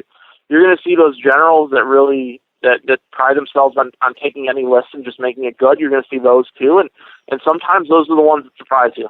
And that's what's so good about what you're going to run into. Brilliant. Looking forward to it even more. So excellent. Well, Justin, thanks very much for coming on the show and taking the time to talk to us. I'm sure that's been a real insight to everybody from an outside perspective, because although we got to see a lot on camera, people pushing models around on table one, obviously between you and Jerry, I feel like we've had the full the full story. So really appreciate you coming on, and I wish you the best of luck if you get to go back and defend your title. Yeah, thank you so much. Thanks for having me. Make sure you seek me out at Adepticon. We'll meet in person, okay? Oh, definitely. Thanks a lot for coming on. Cheers. All right, thank you so much. Take care. So I hope you all enjoyed that interview with Justin. I always think it's eye-opening talking to people from different gaming scenes around the world, and the US Masters really was like almost an ETC style thing with all these different regions. I mean, everyone knows my geography's pretty bad, but I've since reviewed the map and the size of the country, which sounds really bad, doesn't it? But, and it is a massive place, isn't it? It's like really big. Yeah. So you're an intelligent bloke, right? But sometimes when something comes out of your mouth, it really worries me. I don't even know what to say to that. Yeah, well, anyway, it's really big. Countries. Yeah, it's kind of big. Yes, Dan. Yeah.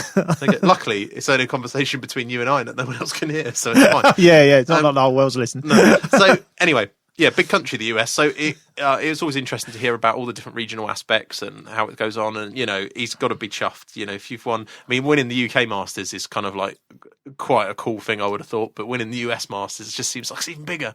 And we touched on there, I think, Chris Tomlin comes second at Wapaka. Yeah. Technically, that qualifies him for the US Masters, but someone was telling me that I think you have to be a resident in the country for it to work, which is a shame, because I would have loved to see an English guy go to the US Masters. He's probably applying for it now. Yeah.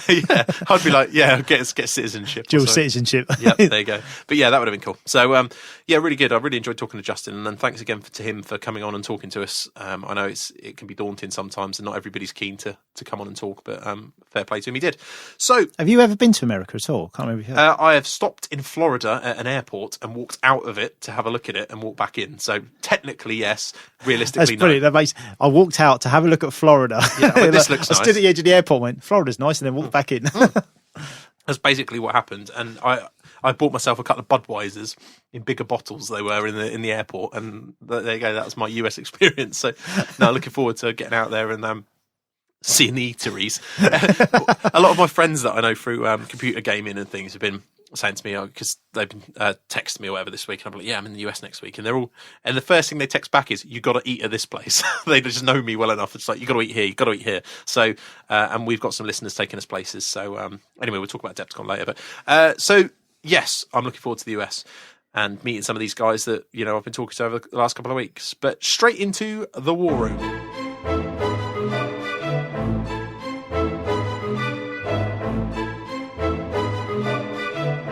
This is the War Room. Okay, so the War Room today is a listener email. Now, it's about Lizardmen, so apologies in advance, but I do like these. And we haven't really... I know I've been playing Lizardmen a lot, but I don't feel like we've talked that much about the army. A lot of that's been on the saucy section. So for the main show... there's only so much you can say about skinks in Indeed. So this is the email. Been playing fantasy now for 2 to 3 years. No, it's not a lot, but he's been a high elf player at heart until nowadays, with some games here and there with wood elves and dark elves. So pretty elven player. I decided to take a long break off the high elves and try some games on Universal Battle with dark elves. It's kind of the same feeling, but with a better book. Smiley face.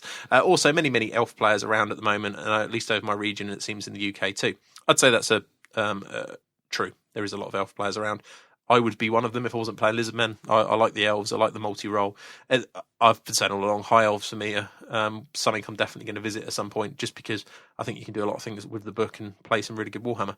I've been doubting for a while whether to pick Lizardmen or WoC. Just jumped into the 40k universe with Chaos Space Marines, so why not take Chaos and Fantasy too? But hey, he liked the balance of the Lizardman book, and he fancies a lot the idea of painting a Lizardman army, which I think is always a big a big key point when choosing an army. Do you want to paint it?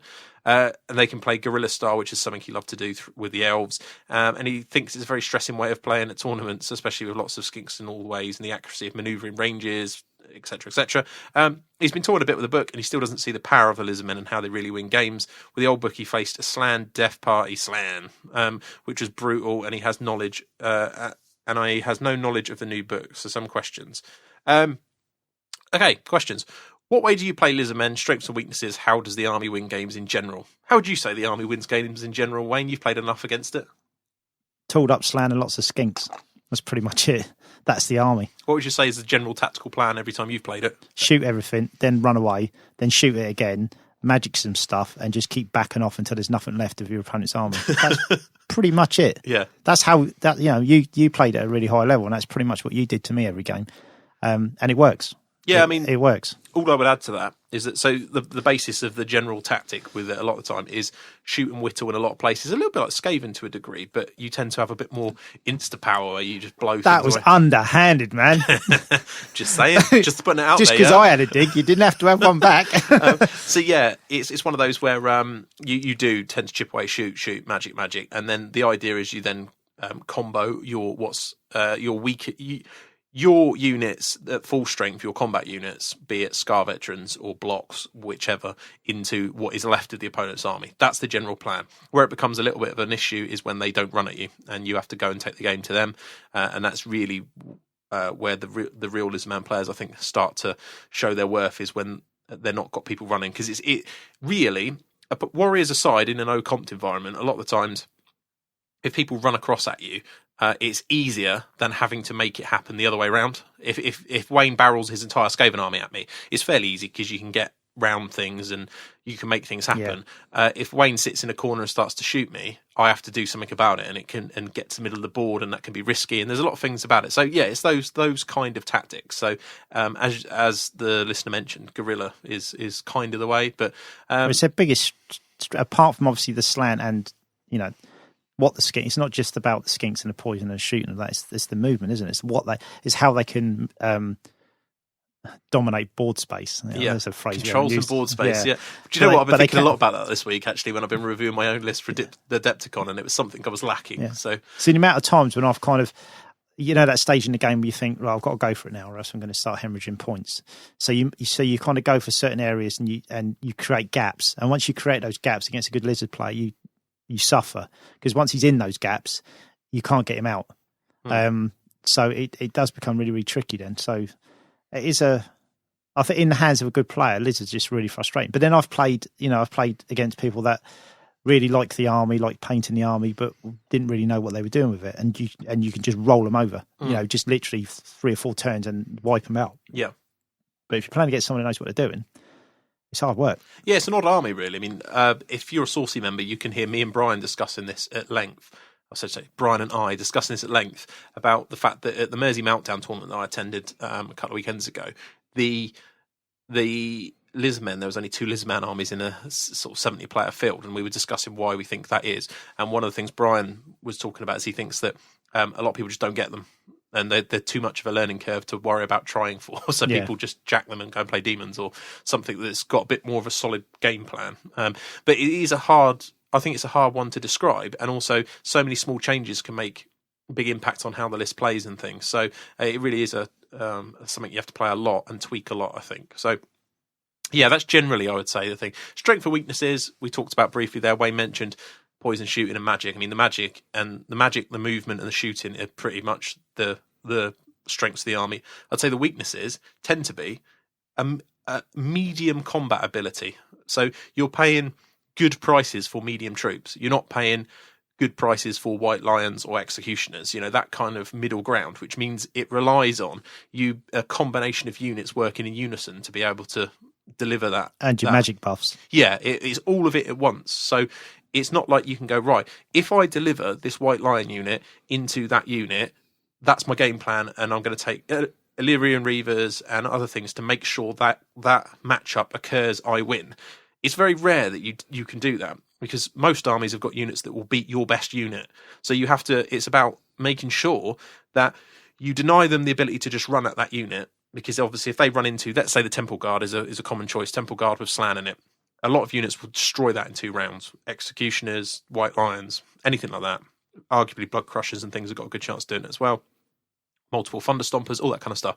So your game plan is using your high movement to stop them being able to do that by creating zones where they don't want to go. So it's either you put all your skinks in the place where you don't want them to fly because they don't want to get shot by 100 shots, or your Scar veterans are pointing at them so that they can't land in that area, or it's just a deterrent. They might think twice about landing in that area. It's all that kind of play where a lot of it is dictated with how you move rather than necessarily what you're doing. Like a lot of the early turns, I mean, we've said it loads of times over the years, Lizardmen tend to win in 5 and 6 because turns 1 to 3 are quite a short-range army, and actually what you're doing in your early manoeuvres is setting up either late turns or denying your opponent the first 3 turns of really getting into a good position. So yeah, it's a tough one to talk about, but the weakness is, I would say, is generally it relies on a combination of units. It's not like you've got a couple of super powerful units that will just go and win the game on their own. I mean, the Slan can do, but if you think about Magic Phase, often you're looking at 1 to 2 spells a turn, often 1.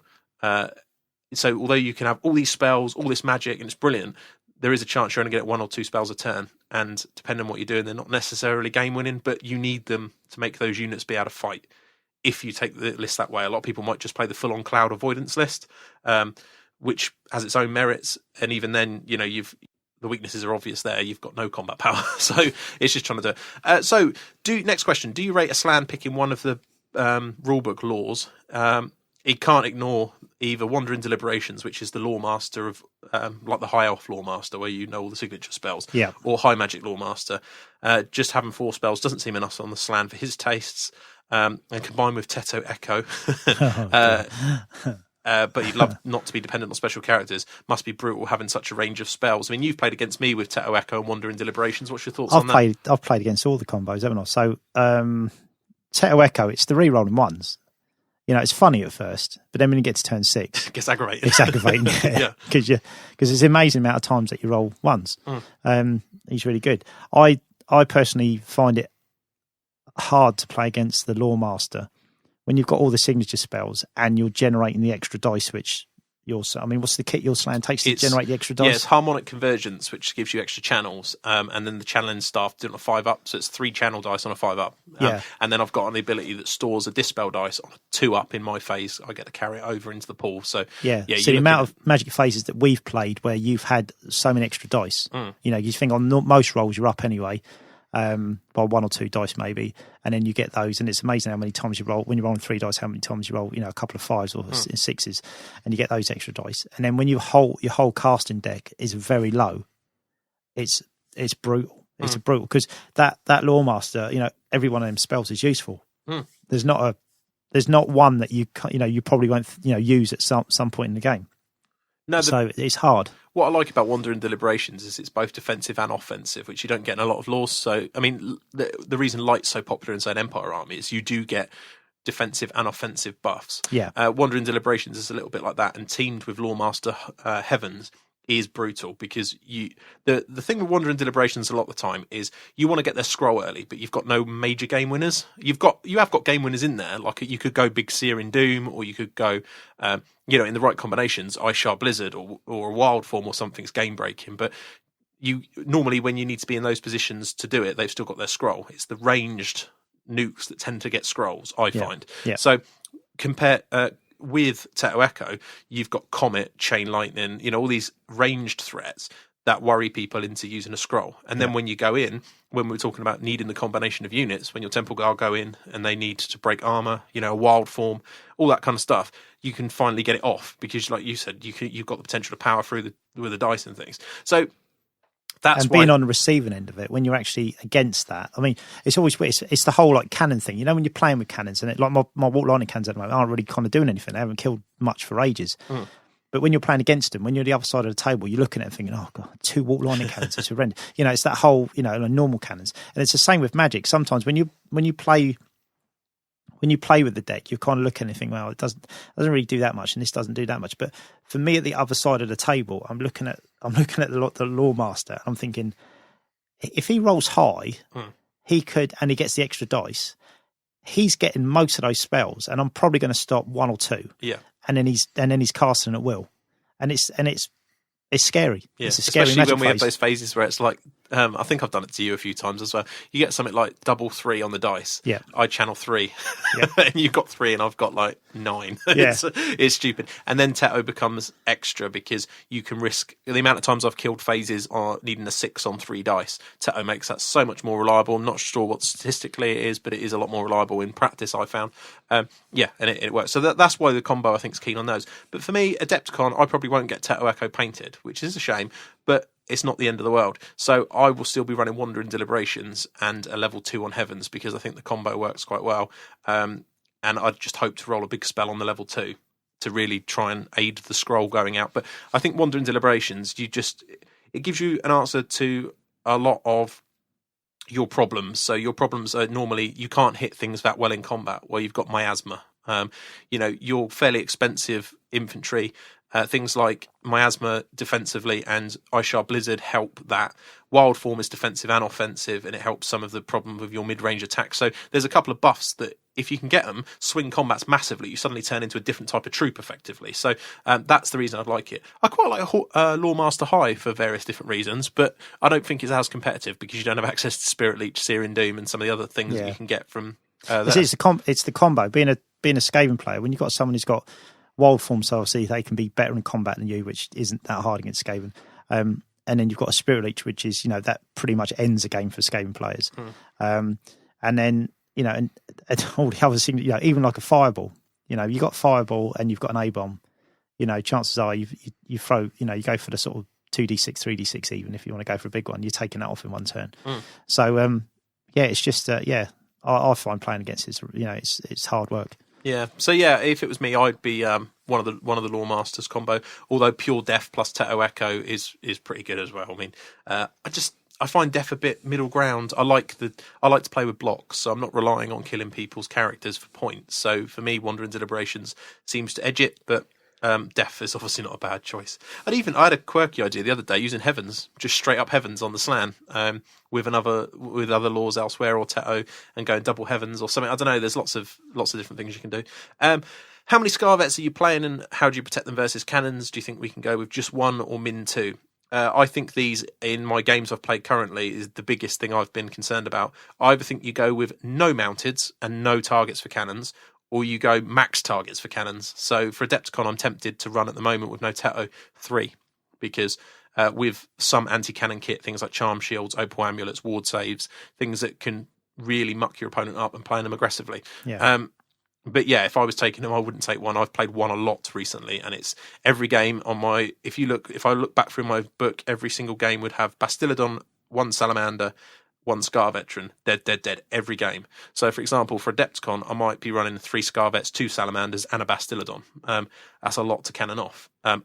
Albeit, if they get them all, that's a lot of points. Yeah. But they shouldn't. There's too many targets and too much protection on them. So, yeah. But you have to do your own thing. I do think there is a place for no mounted veterans, no Bastillodons, and just having lots of little units. But the biggest problem is, we spoke about it just at the beginning, Wayne brought it up, is controlling board space. The biggest problem I found is when you didn't have the mounted Scar veterans is things like flyers, monstrous cavalry in general will run up to you at a safe charge distance and don't care. Whereas obviously if you've got the Scar veterans on the corners of units, people won't do it because they're so worried about the Scar vet, or they'll have to give you a unit to do it. It makes a big difference. Yeah. So, potentially key units, I think, to the army. What about the big dinos and their different upgrades? Basties and Stegs, basically. There's others are kind of meh. I actually kind of like all of them to a point. Even the Troglodon's got a place, but I think exactly what I just said applies to these, which is you either need lots of them or none of them. If you want to run 2 Ancient Stegodons, run 2 Ancient Stegodons. But make sure you got 2 free Scar Vets or 2 Scar Vets and an Old Blood. You've been quite frustrated with your Stegodon. No, not Stegodon. Bastillodon, yeah. Because he's kind of easy points, isn't he, for a lot of armies? Yeah, and again, it comes down to target saturation. I mean, you found it with the Skaven. If you've got nothing but an A-bomb and an A-cannon, they'll die every game probably because there's not enough of them. Whereas if you've got a bell, an A-bomb, a cannon, 2 cannons, a bell, A-bomb, will, whatever, it's a lot harder to kill them all. So one of them tends to survive, or a couple of them tend to survive. And it's a similar thing. So I don't think they're bad, but I think you have to build a list around them rather than, they'd be your key elements of your list rather than your blocks, potentially. You might still have Temple Guard, or maybe just a Saurus unit, but your combat would be, an Old Blood 2 mounted vets, or 3 mounted vets, or Teto Echo 2 mounted vets, an Old Blood and a cheap Slan, that kind of thing, potentially quite cool. Thoughts on Saurus and Temple Guard? I believe I will go with 1 block of each or Skink Party. I'm running 1 block of each at the moment. They're susceptible to Death Magic and being exactly what we said, which is a medium combat unit, but people find them hard to deal with sometimes because there's so much in this game at the moment that's multiple small unit, solo characters and things. Having ranks, banners, and being pretty tough to kill, parries, good armor saves, all that kind of stuff is really good. And obviously you can use them in tandem with Saurus characters to be quite a punchy unit. And I don't know, I like the look of them on the board. So I know I talked about it in the Saucy show I did with Brian. I even think Skink Crocs have still got a place if you want to give them a go. They're not optimal, but I still think they perform a multi-role, which I quite like in this army. So, it comes massively down to matchup. And when I play Wayne, you just destroy them like they're not there with your Skaven because they're infantry blocks that are highly expensive, low model count, really. Yeah. But you have to shoot them, don't you? 13th loves those. They're perfect, aren't they? But then again, I've found, it's changing, isn't it? The game's kind of literally every few months the game's swinging, which I really like that. It's actually because you sort of settle on a list, and then we take the Skaven. It wasn't that long ago that they were a really competitive army, and a lot of people were playing them, and then I think the last tournament you went to, there was one Skaven player there. Yeah, and he finished second from bottom. And it hasn't. It's not a great deal of time since they were a popular army because they were quite powerful, and the game's changed now. It's moved on. Especially since Warriors have come out, it's really sort of mixed things up. Yeah, I mean, we'll talk about that in a minute because you've had some experiences recently on that. So, yes, but yeah, I quite like him. I mean, I think if you're going pure premium min-max, your ideal core is probably 3 units of 20 cohorts and 3 skirmishing units, and then have a unit. But I do like the second block. I think it just gives something, but I'm not sure. That's just my early opinion on it. Blowpipes or javs for skirmishers. Javs, and javs. Everything that can have a jav should have a jav. I've been playing with 30 blowpipes because that's the only models I've got. And in every situation I've come across, except when playing dwarfs and being allowed to stand still, javelins would be better. The main reason is you need to win the support war to stop all your skinks being chased off. Javelins do that a lot better than blowpipes. So, to give an example, played in the week, 5 fast cavalry, walk up within 18 of my blowpipe unit. So I move up into short range, blowpipe them, 2 die, they pass their panic, the other 3 charge, kill me. With javelins, that probably doesn't happen because you move up, jav, you still might kill a couple. They charge you, you get another 10 shots at them. Then in combat, you've got a 5-up save and a 6-up parry. It just, from experience, tends to be a lot better. Statistically, I'm sure probably blowpipes, I'm not sure, I've said this before, but I'm not a maths person, but so imagine statistically blowpipes are better, but they certainly, javelins, and you look at any of the top lizard players around the UK, they've certainly got an army full of javelins, so that's for a reason. So there you go. How would you find the cookie cutter builds around? Warriors of Chaos, Demon Prince, Death Party, double stank, tons of demis and cannons, Nurgle, Dark Elf, Cav buses. There's loads here to talk about. I don't think we've really got time to cover all those, but basically you need to play a lot of games and try and work out. The hardest task you've got in front of you is working out an all-comers list. So, for example, against Warriors, you need multiple Scar veterans. But in the Empire list, that can be a problem depending on what they've got. So, it's too wide a topic to cover that. But you're going to need, in the short space we've got, but play a lot of games and then look at individual problems, I would probably say. But yeah, some of them are quite hard, especially and it depends if you're playing under composition system. I mean, Warriors of Chaos, as Wayne found, when you play no comp, it's just disgusting in the certain matchups if you haven't got the tools to deal with them. And even if you have, it can be a little bit tight. Have I tried the Bastillodon and Swarms combo? The one that the one you never see with the Arca Sotek on it. When the swarms come out, yeah. It looks rubbish, but touching the corner of the enemy unit is enough to share their poison attacks with Temple Guard, for example. I think they'd be quirky, but I actually tried Swarms in a couple of games when I first tried the book, and I never managed to get that combo where you get them to charge in with a Temple Guard unit and do some wounds. It just never happened. So try it. I wouldn't spend the points on a Bastillodon personally to do that because I like the Uber nuke. I mean, you've been on the receiving end of when you roll well with that Bastillodon nuke, and it's beautiful. And most important of all, You must take the egg of Quanga. You must take the egg of Quanga. No. Do you know what? The egg, the egg's brilliant. I love the egg. I know a lot of people don't like it because it's a big investment, but it just ruins people when they're charging, they've got these stats in their head and you're like, yeah, well, on a 4+, you're taking 2d6 strength 5 before anything happens. It's quite useful. I like it. So, but yeah, I just like it for the stories rather than anything else. And that's it, really. So hopefully that answered some of your questions. It's a big topic, and I could talk about lizards for ages, and I'm still learning myself with this new book. But that's my initial thoughts at this moment in time. So hopefully that's been helpful. But please play some games, come back to us with some specifics, and I'm sure we'll be able to help you out. Brilliant. Are we sitting comfortably? Then we shall begin. The story of the week.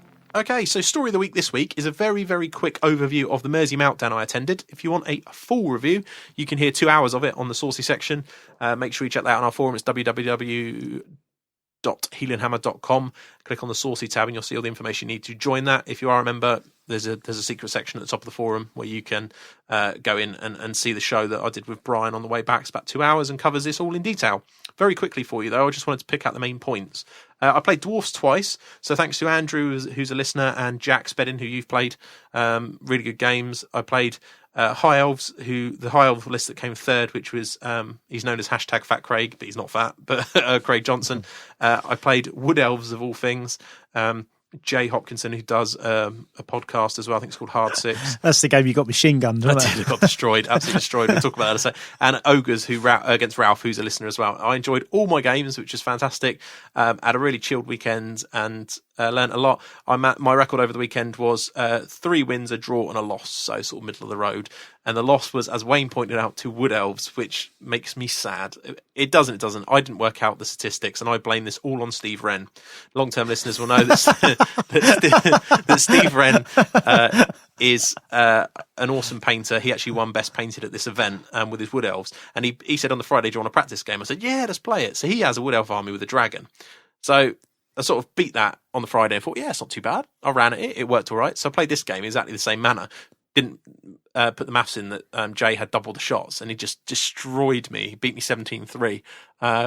And I had some iffy luck in the middle, but it wouldn't have made any difference. He still would have beat me. But yeah, absolutely destroyed me. So Wood Elf, Gunline. If you want to see any of this as well, we started doing some coverage, which we're going to carry on with Adepticon. And it was small montages and a few descriptions of the videos of my games. You can see that on www.youtube.com/Heelanhammer video. And you can see all the games, a short little montage of the shots and stuff. And you'll see the Wood Elves beautifully lined up in a Crescent of Doom as I ran towards it. So it's silly, really. I should have played it completely different. But it's all Steve's fault. It's all Steve's because he gave me the confidence boost. I said I'm blaming Steve, all of that. So there you go, Steve. Overall impressions, I just want to talk about the Dwarfs very quickly. I was impressed, I don't think anything's massively changed, okay? I'll go out there and say that now. I think that the competitive build is like one of the armies comes second at this event. Now, composition had a massive effect on it. I'm not going to go into massive detail, but it gave you like a free win, effectively, if you'd pick the right choices in your army.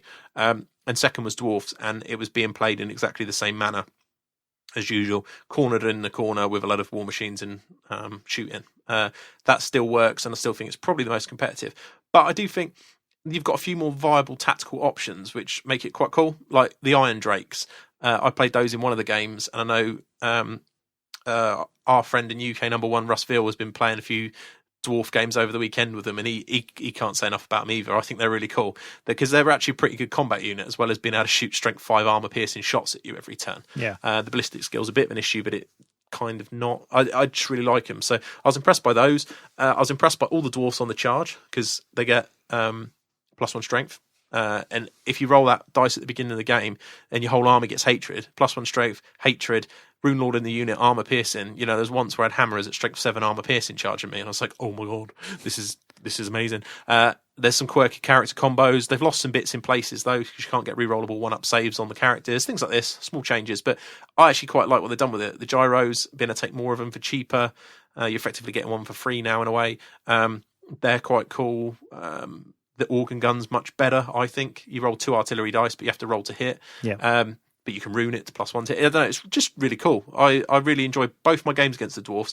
Both players tried to make it a good game as well, which always makes a difference. If someone wants to go and sit right in the corner, then it's not going to be as exciting a game as people who want to fight. I mean, Jack had a Vanguard in unit that come right up in McGrill, and we had a big fight. But I think that was always going to help me in that game. But Jack was intent on making it a good game, and I thank him for that because it was a good game. And Andrew was the same. He was tempted to corner, but I rolled Comet on the Skink Priest, so he thought better of it. Sort of played around a tower.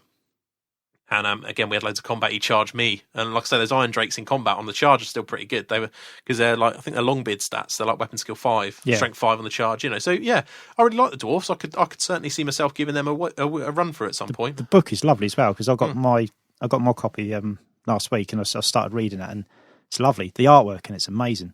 Yeah, and the whole histories, and it's a really really lovely book. And the models are awesome. One of my friends who barely plays, he just got back into it. You've met him before. He's one of my friends from World of Warcraft days. He texted me yesterday saying, "Oh my god, dwarfs!" I texted him back. And I was like, "What's that?" And he's like, "I've just seen the new dwarf models. How good are they?" I was like, "Yeah." He's like, "I'm going to sell my warriors to fund them." So yeah, they were good. But yeah, really good selection of armies actually I played over the weekend. And yeah, Wood Elves, who knew? They still shoot. Ballistic skill shooting's rubbish according to the internet, but not from my experiences at the weekend. So that was good. So yeah, make sure you check out the YouTube coverage. You can really see a quick rundown of the games and what went down. So that was good. Quick one on the awards. Best painted, Steve Wren with his Wood Elves. He's been on the show, again on the Saucy Show, talking about competitive painting and things, and he's won yet another award. He must have a bucket full of them. And Dave Sweeting's Orc and Goblins. I don't know if you've seen these before, Wayne. Yep. I played against Blood and Glory. Yeah, he actually got my vote for painting. I love that army. It doesn't win enough in my eyes. It's really nice. Love the. It's very kind of old style. You like obviously the massive bright colours and all the rest of it. And that it is. But he's a good painter. Yeah, he's a good painter. Top bloke as well. Because I'd spoke to Dave on Twitter quite a bit, and actually, playing him and seeing his army, you sort of it's better in it when you have that proper communication. But yeah, he's a nice guy as well. Yeah, so well done to Dave. As is Steve, Yeah, well done to him as well. No, I'm still not happy about him. Even though he's don't go to him for tactical advice. Painting advice, yes, but no tactical advice. Don't play him and get a confidence boost before a tournament either.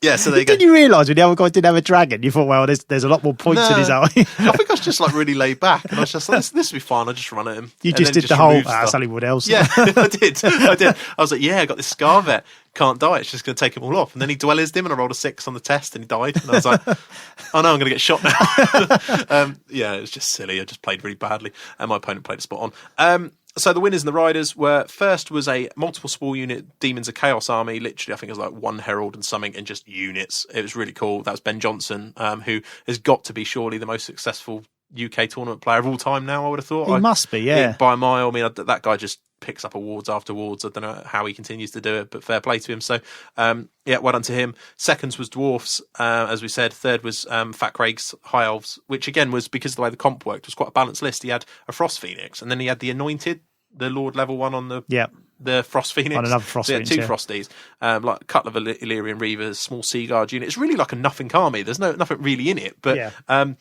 quite hard to get points off, and he played it well against me. That was the most tactical game, I'd say, of the weekend, because we both I couldn't run forward really, he couldn't run forward, so it was a bit like a picky-offy type thing. So that was good. So that was really good. And the biggest surprise for me was I was joint best sports. It's all right, there's no need for the tumbleweed. It was bizarre actually. Yeah, so the sports got called up, and this happens a lot of tournaments. You get several people, don't you, that win. And there was myself, Annie the Dice Bag Lady, and Adam Turner, who's top guy as well. All got, I think it was 4 out of 5, votes or something. It's a shame when you got to roll off it, because I a few years ago, the same kind of thing when there was 3 of us joint, and you roll off for it, and then you don't win the.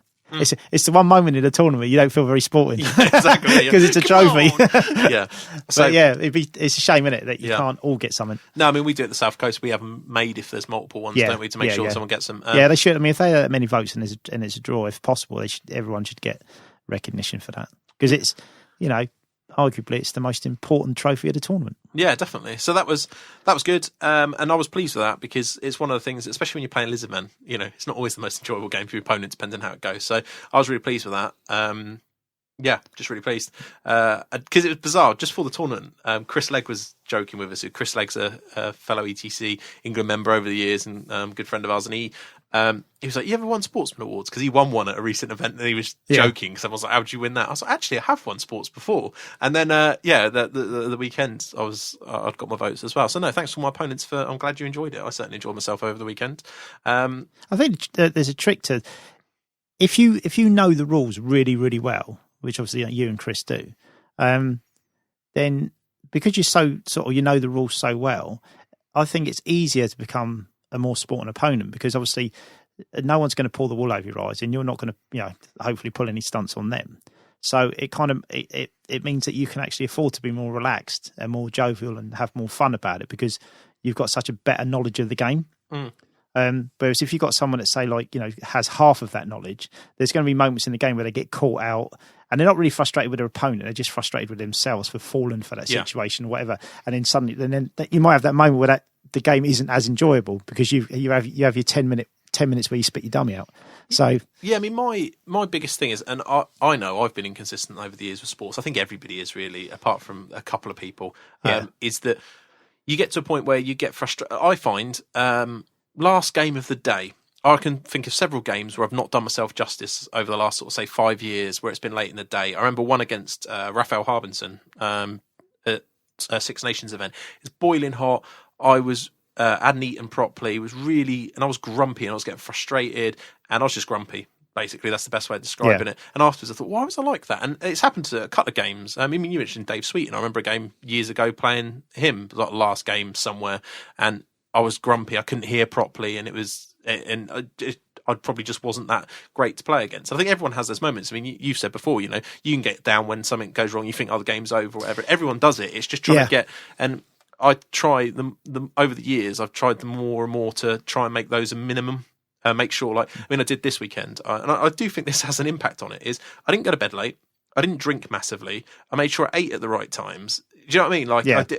Those things have a massive impact on my ability. It's why I don't generally drink when I play Warhammer, because it can make me grumpy and tired. Yeah. And I know that, so I don't do it. So little things like that can help. But yeah, I mean, generally, as long as you're not an idiot, you'll have a good time on the table. But it's always nice. I mean, it's like Thursday night when I played Dom Hook. He came down to the club, didn't he? And I played against his Warriors, and we played no comp. And his list is brutal. And I whined. I whined before we even started playing. He put his army on the table, and that's it. I started, and I just moaned from that point till we finished. Which, say we finished, I conceded. And so after the game, I thought, I mean, Dom, Dom's played the Skaven, competitively for a while, so he knows him inside out as well. So, and he's a good player. He knows what he's doing. So it's it was kind of like not worth playing the game. It was so, unless I got like really lucky shots with the cannons in the first turn and stuff like that. But God, it was brutal. It was brutal. But instead of kind of looking at it and saying to myself, look, you're going to get bashed. Let's just have some fun and maybe play a bit quirky and just mix it up a bit. I didn't. No. I kind of looked at the table and went, right, I'm going to moan. I'm just going to keep moaning until the game's over. You know what I mean? It's just not the way to do it. No, I mean, that's something like the Wood Elf game, for example. Tactically, it's not the most exciting game, is it? I push it forward, he shoots. There's nothing really tactical about it. But once I got to the middle and I realised I made a mistake, there's two ways you can go with that. You can start moaning and groaning about someone's army or their play style, or you can get down on yourself for your own stupidity, or you can just go, well, I'm losing, so let's just at least get that out of it. This is a good game for the opponent. And that's the bit that over the years I think is that I've really tried to work on. And I think that's the key, is you get that point where you just get grumpy, and it's trying not to be grumpy. But I honestly think outside factors affect that massively, like being tired, hungry, all those kind of things, like it does with anything. So, but yeah, I was really pleased with that. So thanks for all my opponents. I'm glad you enjoyed the game. I mean, that's one of the things, actually. I know it's a bit, I'm a competitive guy and everything, but one of the things I do look at when tournaments for sports scores is see how many best opponent votes I got, and generally I normally get a couple of tournament, I would say. And that's great. That means that people enjoy playing me, which is key. So yeah, I was really chuffed with that. So and well done to all the other people that were nice people as well. So, but yeah, who won the roll off? Was it Annie? Yeah, there was a bit of drama about it, as a gate, as she would like to say. But I thought he said highest. It was like a roll off. So Adam Turner rolled a 6, I rolled a 5, and she rolled a 2 or something. So Adam went and picked the trophy up. And then it turned out there was actually meant to be lowest wins. So Annie won it. Yeah. So I think it got sorted anyway. But yes, I think Annie took That'd the been a trophy. funny moment with the 3 most important opponents end up Having a punch up. punch up on, rolling around on the floor. We said this, re-roll. So yeah, that's always weird. But yeah, I was genuinely surprised by it. So yeah, there you go. Thanks very much, guys. And that was really my time at the Mersey Meltdown. As I say, the in-depth reports are there, but all my opponents were great. Had great games against them all, and you can hear the full rundown on the source. Check out the videos; they're cool. Yeah, the videos. Hopefully you like those. I mean, we're going to do a lot of Adepticon, providing the Wi-Fi keeps up to date. There, we're all prepped and ready to go with that. And it's something that I'm keen to do because I think it just gives everyone an insight. We're talking about it now. They can sit there, and they're all like 2-minute, 2.5-minute videos, so you can see the whole game in 2 minutes. It's really quick. So, and Timmy Mallet, of course. Anybody who doesn't know who he is, 1980s sort of TV, 80s, 90s. Don't know. He was on TV for so long here in the UK. Early 90s children's TV. Yeah, he turned up because he heard the noise. Late 80s. And there's a video of him having Ben Johnson explaining Warhammer to him. So and he tweeted, But he was at another tournament, wasn't he, a few months ago when was he? Yeah, Nick Pym. Because Nick Pym had a photograph of him. Oh, did he? Yeah. Oh, there you go. So yeah, he's obviously doing the Warhammer rounds. So there you go. So that was it. Hopefully you enjoyed that little bit of a recap. But the main things for me is dwarfs look fun, albeit not a lot has changed. Wood elves, dirt, who knew? And cheers for my sporting. I appreciate it. Beady Weedy Week. Okay, so Beady Weedy Weeks, Wayne. What have you been up to? Right, where do I start? Right. Obviously, all this is based around Adepticon because we're obviously painting like mad to get our armies finished. Yeah. Which we should say, I suppose we should cover. I mean, what's our goal with this? Why are we painting armies? Why are we desperately painting armies? Well, obviously, the championships we're both playing in. There are several tournaments, aren't there, at Adepticon, but we're playing in the championship. And the team event. And the team event on the Friday, is that? Mm-hmm. Yep. I pretty much know what I'm taking for the team event. I'm going to take... I haven't actually checked the rules for the team event. Can you take special characters? I think so. I haven't really read the pack. I briefly read it, but I think so, yes. Yeah, because I was going to take Throt and a couple of unit Ratogers, basically. Oh, yeah, great. Your opponent's going to be really happy with you. Yeah, your opponent, your teammate, yeah. Yeah. No, but at that level, at that small points level, and if I can squeeze... I think I worked out I could get Throt, a large unit of Ratogers with Skrill. So obviously to buff them, and then giant rats. So it's because it's only a bit. I just want to have a laugh, And I'm pretty sure that the contact I've had with Jeff, he just wants to have fun as well. So it's not like I don't think we're going to be taking it serious. I think it's just a matter of just enjoying what we're doing. So yeah, I was running the Bellless for a while, yes. And I had for me quite a few games of it, and just found the whole playing it just boring. And I don't know if it was because the list or because I was getting bored with the list, but I started off quite well. I had a couple of wins, and then it was like a couple of draws, and then it was just loss. A win, and then more losses. And I think basically I got quite negative about the play style of it. I didn't feel proactive in what I do. So I thought I've got enough time to get whatever I want finished, no problem. Then I spent 4 days where I didn't do any painting at all, purely because I couldn't make my mind up about what I was going to take, which was crazy, really, because what I should have was just ploughed through all the stuff I needed to do, and because the list didn't have to be handed into the day of the tournament, yeah. So I could have just made my mind up, basically the night before we left. So I wasted 4 days there. I've now got a list because I wanted the Ratogers in, and now the Ratogers are out. The Bell's gone, the A-bomb's gone, the Wheel's gone, and it's more like I'd say it's more like an army I used to play in the early days. I can't even remember what edition it would have been. If it was like 4th edition, 5th. Yeah. But it's a proper old school style in looks. I've got 2 units of slaves, I've got 2 units of giant rats, I've got 2 units of clan rats, storm vermin. I have got the couple of cannons because really you got to take them. You need them. Some of the matchups, you don't take the 2 cannons. It's really hard work. But then I've got I've got some fighty characters, and there's some magic in there. I've got 3 warp flamethrowers because I love those. So I thought usually if I take 1, he always gets shot off. If I take 2, you probably get death sniped in 1 shot. But if I take 3, I just want each game to have the chance of getting 1 shot off because I love it when they get a shot off. They're brilliant. I love them. So yeah, it's more of a list that I'm going to enjoy playing with. I think with the scenarios as well, because now I've got an extra banner. Yeah. So I've got something that can work in the scenarios, like and capturing flags, if you like, Yeah. So yeah, I think the list is more me. It's more how I like to play, and I can be a bit aggressive with it with the 2 fighty characters. So yeah, no. So now I finally decided on that, which is basically a list. It was a list that you wrote me, wasn't it? But you put the rat ogres in. Yeah, basically, I tried to. So you had a conversation with me about it, and I was just sitting there, and I thought, just see what you can get in with this kind of stuff I know you like playing with, and then just send you that. And then you were tweaking it basically, weren't you, to move some stuff around? So I've taken the rat ogres out because they are. I do love the rat ogres, but they are easy points for your opponent. As one single, mounted character goes into him, he'll bust him in one turn. Yeah.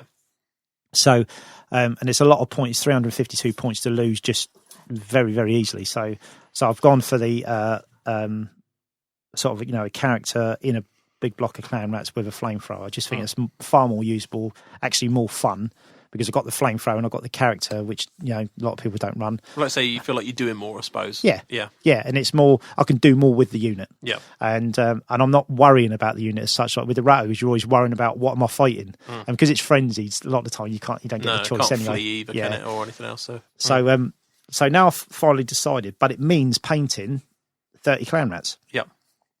So literally with just a few days to go, I'm painting another whole unit, and I've still got some basing to do on the stuff that I'm already taking. So it's been mental. I mean, at work last night, I base coated and washed 13 clan rats, 3 pack masters, 2 characters. One of them's on a war litter because one of the characters on a war litter, and then. And done all the bases. The bases are all done, and I need to highlight those. I say just need to highlight those. Obviously, that's a chunk of time, but I'm getting there. I think I've finally decided. I'm sort of stuck to it. I'm just a bit gutted. I wasted those 4 days. Yeah, and you jokingly said to me, didn't you, that you was kind of dithering. Yeah, dithering over the list. Yeah, but I had exactly the same. Yeah, I couldn't work out, and I think this is talking on Twitter with a few people over the last couple of days. I think a lot of people do this. You have that thing where you just sit there thinking about it far too much. And I had it where I kept packing things away, putting the vampires on the desk, packing away lizards. And I decided on lizards, and paint's killing me at the moment, as I'll talk about in a sec. But I know when I've got it, I would have made the right choice. It's what I enjoy playing more than the other one, and it's a better paint job. I mean, that's we touched on it at the beginning. The reason I'm doing this is not because I think I'm going to win best army, and we've seen some amazing work. There's some real hardcore stuff, and Brandon Palmer, I think it's GMM Studios on Twitter. He's just insane. That kind of stuff. You can't compete with that unless you're going to put that sort of time and effort in. So it's not for that. It's just that both you and I felt like we should do ourselves justice in terms of people hear us talk about on the show. They haven't seen our armies before. It's quite nice at least to turn up with something finished and half decent. So. Absolutely, yeah. We want to represent what we talk about. And it's good that you're taking the lizard and I'm taking the Skaven, because that's our armies. But I said to you, didn't I? I wanted to take. Don't get me wrong. I've got no illusions that I'm going to do well in the tournament. I just see this as every other tournament where I'm going to go there and try to do well, but and have fun at the same time. But I do want to take some lists that I can actually give my opponent a game, because in some of the matchups, it's. As I found the other day when I played Warriors, it's just brutal. You're just taking models off and you're not really doing anything to your opponent. Or if you do a bit of damage, it doesn't really matter. No. It doesn't affect what he's doing at all. So I thought, no, what I'll do is I'll take a list that I know I can play with, and I know that I'm going to give my opponent a game. Sure. So that's what I've gone for. So now I've finally decided I just need to plough through I think I'll get it done, because I'm pretty quick.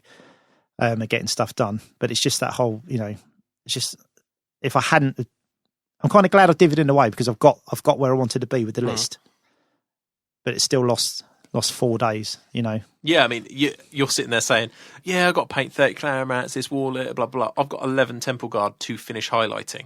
Now that just sounds like it should be done, but it just takes so long. I think it's partly the style I did it in.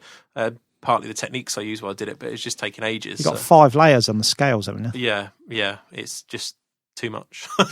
Back in 2008 when I started this army, it's been an evolving thing ever since, but I must have made a decision at some point in 2008 that this looked cool, and I did a Saurus unit, but at the time it was 10 models.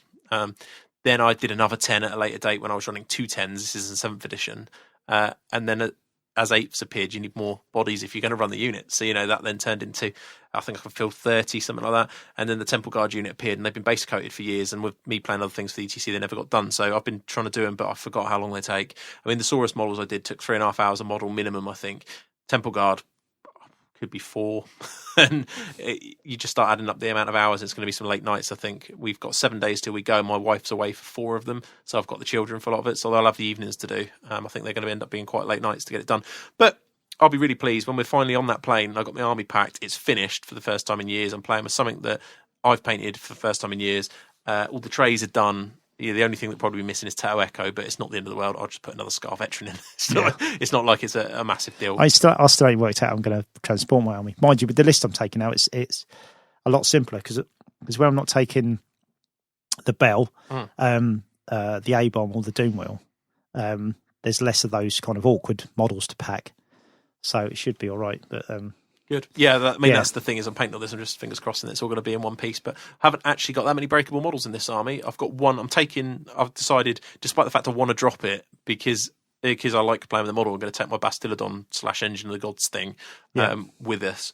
And that's the hardest thing I've got to pack. Everything else, I'm not taking Pterodons, so that was the biggest ththing. Yeah. Everything else is pretty much plastic or solid, so shouldn't have an issue. I'm just slightly concerned about getting it all in 1-4-3-2 because of the way the foam works with battle foam. But I ended up buying a couple of pluck foam cases that should sort that out. But again, like you, I'm kind of just going to wait, and then near enough of the time, it will get there. So I'm not. How many models is it? About 100. Let's see, 30 skink, 40 skinks. That's 90, and then 48 infantry. So. You say 30 skink and 40 skink? 30 skink and 40 skink. 70. Yeah. 48 guys, 48 Saurus models. 118. Then Cav and Slans and bits and pieces. So, but it should 125-ish. Yeah, but it should fit in. It will fit in. I just got to put them in. So I got doubled out at 232. But they're pretty much all infantry, aren't they? So they are. Yeah, I mean it's only the unit fillers on the slaves. Yeah, that's the biggest thing. They're a bit awkward to pack. I'm hoping they don't get broke. I mean, in 2011 or 2012, I transported a whole Skaven army. So that's 120 slaves, 40 storm vermin, 2 big gutter runner units, all the water lightning cannons, A-bomb, everything in a battle frame 432. Yeah. So, and that's tiny, really, but it's amazing how much you can fit in. Yeah. And if you pack it all individually, you can get it in a tighter space. So, yeah, it'll be fine. That's that. So that's what I've been doing. I've been manically painting. You've been manically painting. I've been doing quite a bit of podcasting for this interview, editing, doing it all at once, really. So it's been a bit of a full-on hobby month. I read Zombie Slayer as well. Oh, yeah? Yeah, because I wanted to get some background on Heinrich Kemmler, the Lich Master, because when we get back from the States, I'm going to start the VC. But the book it doesn't actually. He's in it, and he's a big character, and he's in a couple of scenes where they're fighting, and Krell's in it more because he's fighting Gotrek. But you don't learn anything about him at all. You don't actually. There's no information about Heinrich Kemmler at all. No, but it was all right. I must admit for the Slayer books because I read a couple of them, and Skaven Slayer was all right, but obviously I like the Skaven. And a couple of the early ones I just thought were a bit rubbish, but Nathan Long writes them now, and I thought it was all right. Actually, it was quite a good story. Excellent. It was all right, it was a lot better than I expected, so it was good. I've been Black Library reading. I just finished the second book in the Horus Heresy series. I'm so 2006. Yeah. But I've read the first one. It was really good. Yeah, I finished the second one. It wasn't as good as the first one, but it was good. It was just a little bit. It was almost like a shocking ending. It isn't, and I know loads of people listening to this who've read the rest. Like, it's not shocking, but it's just the way they suddenly killed a couple of characters. Is it the Red Wedding kind of shocking? I haven't seen it yet, so I don't want to know. Oh! A bit like I'm trying to get to Breaking Bad before someone spoils the ending for me. I'm on series 4 out of the 5, I think. I'm still on series 1. Oh, yeah? I just started watching it, yeah. Don't talk to me about red weddings. That's all I know about is the Red Wedding. I'm like, I don't know what it is. I don't want to know. So been really busy, done that. Played 7 games at Mersey Meltdown, and I played a game last week against... what did I play against last week? All the games seem to be blurring into one. Oh, I played Chippy Rick from the Black Sun podcast. He came down with a few of the guys because you played Dom. Slaanesh army, yeah. Yeah, and it was a really cool, interesting Warriors army, really. Slaanesh double shag off, Slaanesh Demon Prince. Quite cool. Won that game, but tough. I'm worried about Warriors even more now because I've not really played the full-on no comp list for my Lizards, and he had far from you'd have loved Dom's army. Yeah, exactly. And I'm thinking Chimeras, Chariots, Demon Prince, Fretwall, BSB, double Juggers. He didn't have any Juggers, so it was hard enough then. Double Chimera as well. That's yeah, especially with the Demon Prince and two Chimeras, and then the you had Slanesh, like, you know, the Marauder Cavalry, load of Chariots. It's hard. Yeah, it's rock hard. I'm just thinking, and the two Jugger units, obviously. Basically, I've decided my tactic if I play Warriors. My tactic against Warriors at Adepticon is not to play them. Simple as that, basically. Just do rubbish and hope to miss them all. So, there you go. It's the worry, isn't it? That even if you're right down the bottom and you play against a Warriors player, it doesn't really... Playing like someone at you at Sheffield, where some guy didn't know how to use it, but he's still got a rock hard army and he's figured it out by game 5 and you're playing it on the bottom tables. yeah. And then you see it doesn't come down to... Sometimes the match with Warriors doesn't come down to the player skill. It just comes down to you just can't beat the army. It's just too good. But I'd argue then that was actually list design from you. But the problem I find with some armies is you have to massively skew your list to deal with Warriors, and it puts you worse off in some of the other matchups. But that's the challenge at the moment, I think, in the game. So I found, the two Warrior players that I played, their lists were better because they didn't have Warriors in them for a start, and they'd had more games. So, and they played the matchup, so it was kind of like, good games, but I was. Yeah. They had an advantage. It's my fault for taking what I took, but their armies were just better. They're better designed. Yeah. Yeah, it's always an interesting one, but it comes down to, let's say, experience a lot of the time. Good. Okay, well, I think that's basically us. So, couple of points. You may find there isn't a show on the 15th. It all depends on, because for those of you who don't know, we're in Adepticon for the sort of a week, and then we come back, we've got 2 days before the South Coast GT or something funny that we're running, and that's on the weekend of the 15th. So there's a high chance there won't be a show for the 15th, but if it's out of sync, you might get a double bubble where you get a couple at the end of the month or something along those lines. So bear with us. What you do need to be sure of doing, though, is if you're not on Twitter, get on Twitter and follow us. It's at Heelanhammer and at WayneKemp13. We're obviously going to Adepticon, as you can't have missed it, the amount of times we've talked about it on the show, and there'll be a lot of coverage live in little bunny ears from the event. So we'll be on YouTube, youtube.com/Heelanhammer video. They're providing the Wi-Fi connection's good there. They'll be going up as often as we can. We'll be doing a lot of recording over the weekend. Tons of stuff will be, and we'll split it. Some will go in the show, some will go in the Saucy section. But if you want to see what we are doing whilst we're out there, if you're not there, that is the place to be. We're not interested in this Facebook malarkey. It's all on Twitter and this. So that's great. I want to say a big thanks once again, and I'm sure we'll say it a million times, for everybody who donated to the trip to Adepticon. Yeah, thanks, guys. I know it's not everybody's cup of tea in terms of, people, what their views and opinions are on us asking for support, but we really appreciate the support you guys have given us. We couldn't have done it without you, so that's good. oddgames.co.uk, make sure you visit our sponsor for all your fun time needs. Again, the show code will be in the notes for the show on the forums or on the main Heelanhammer site. The Saucy section, we mentioned it before. If you haven't heard of it, it's a secret section of our forum, the Super Awesome Wargamers Club, and basically you pay us £18 a year and support the show, and we give you the entire show archive, army book reviews. The latest one that's gone up there is a big sort of 3-hour job with Scott Lyons on Empire.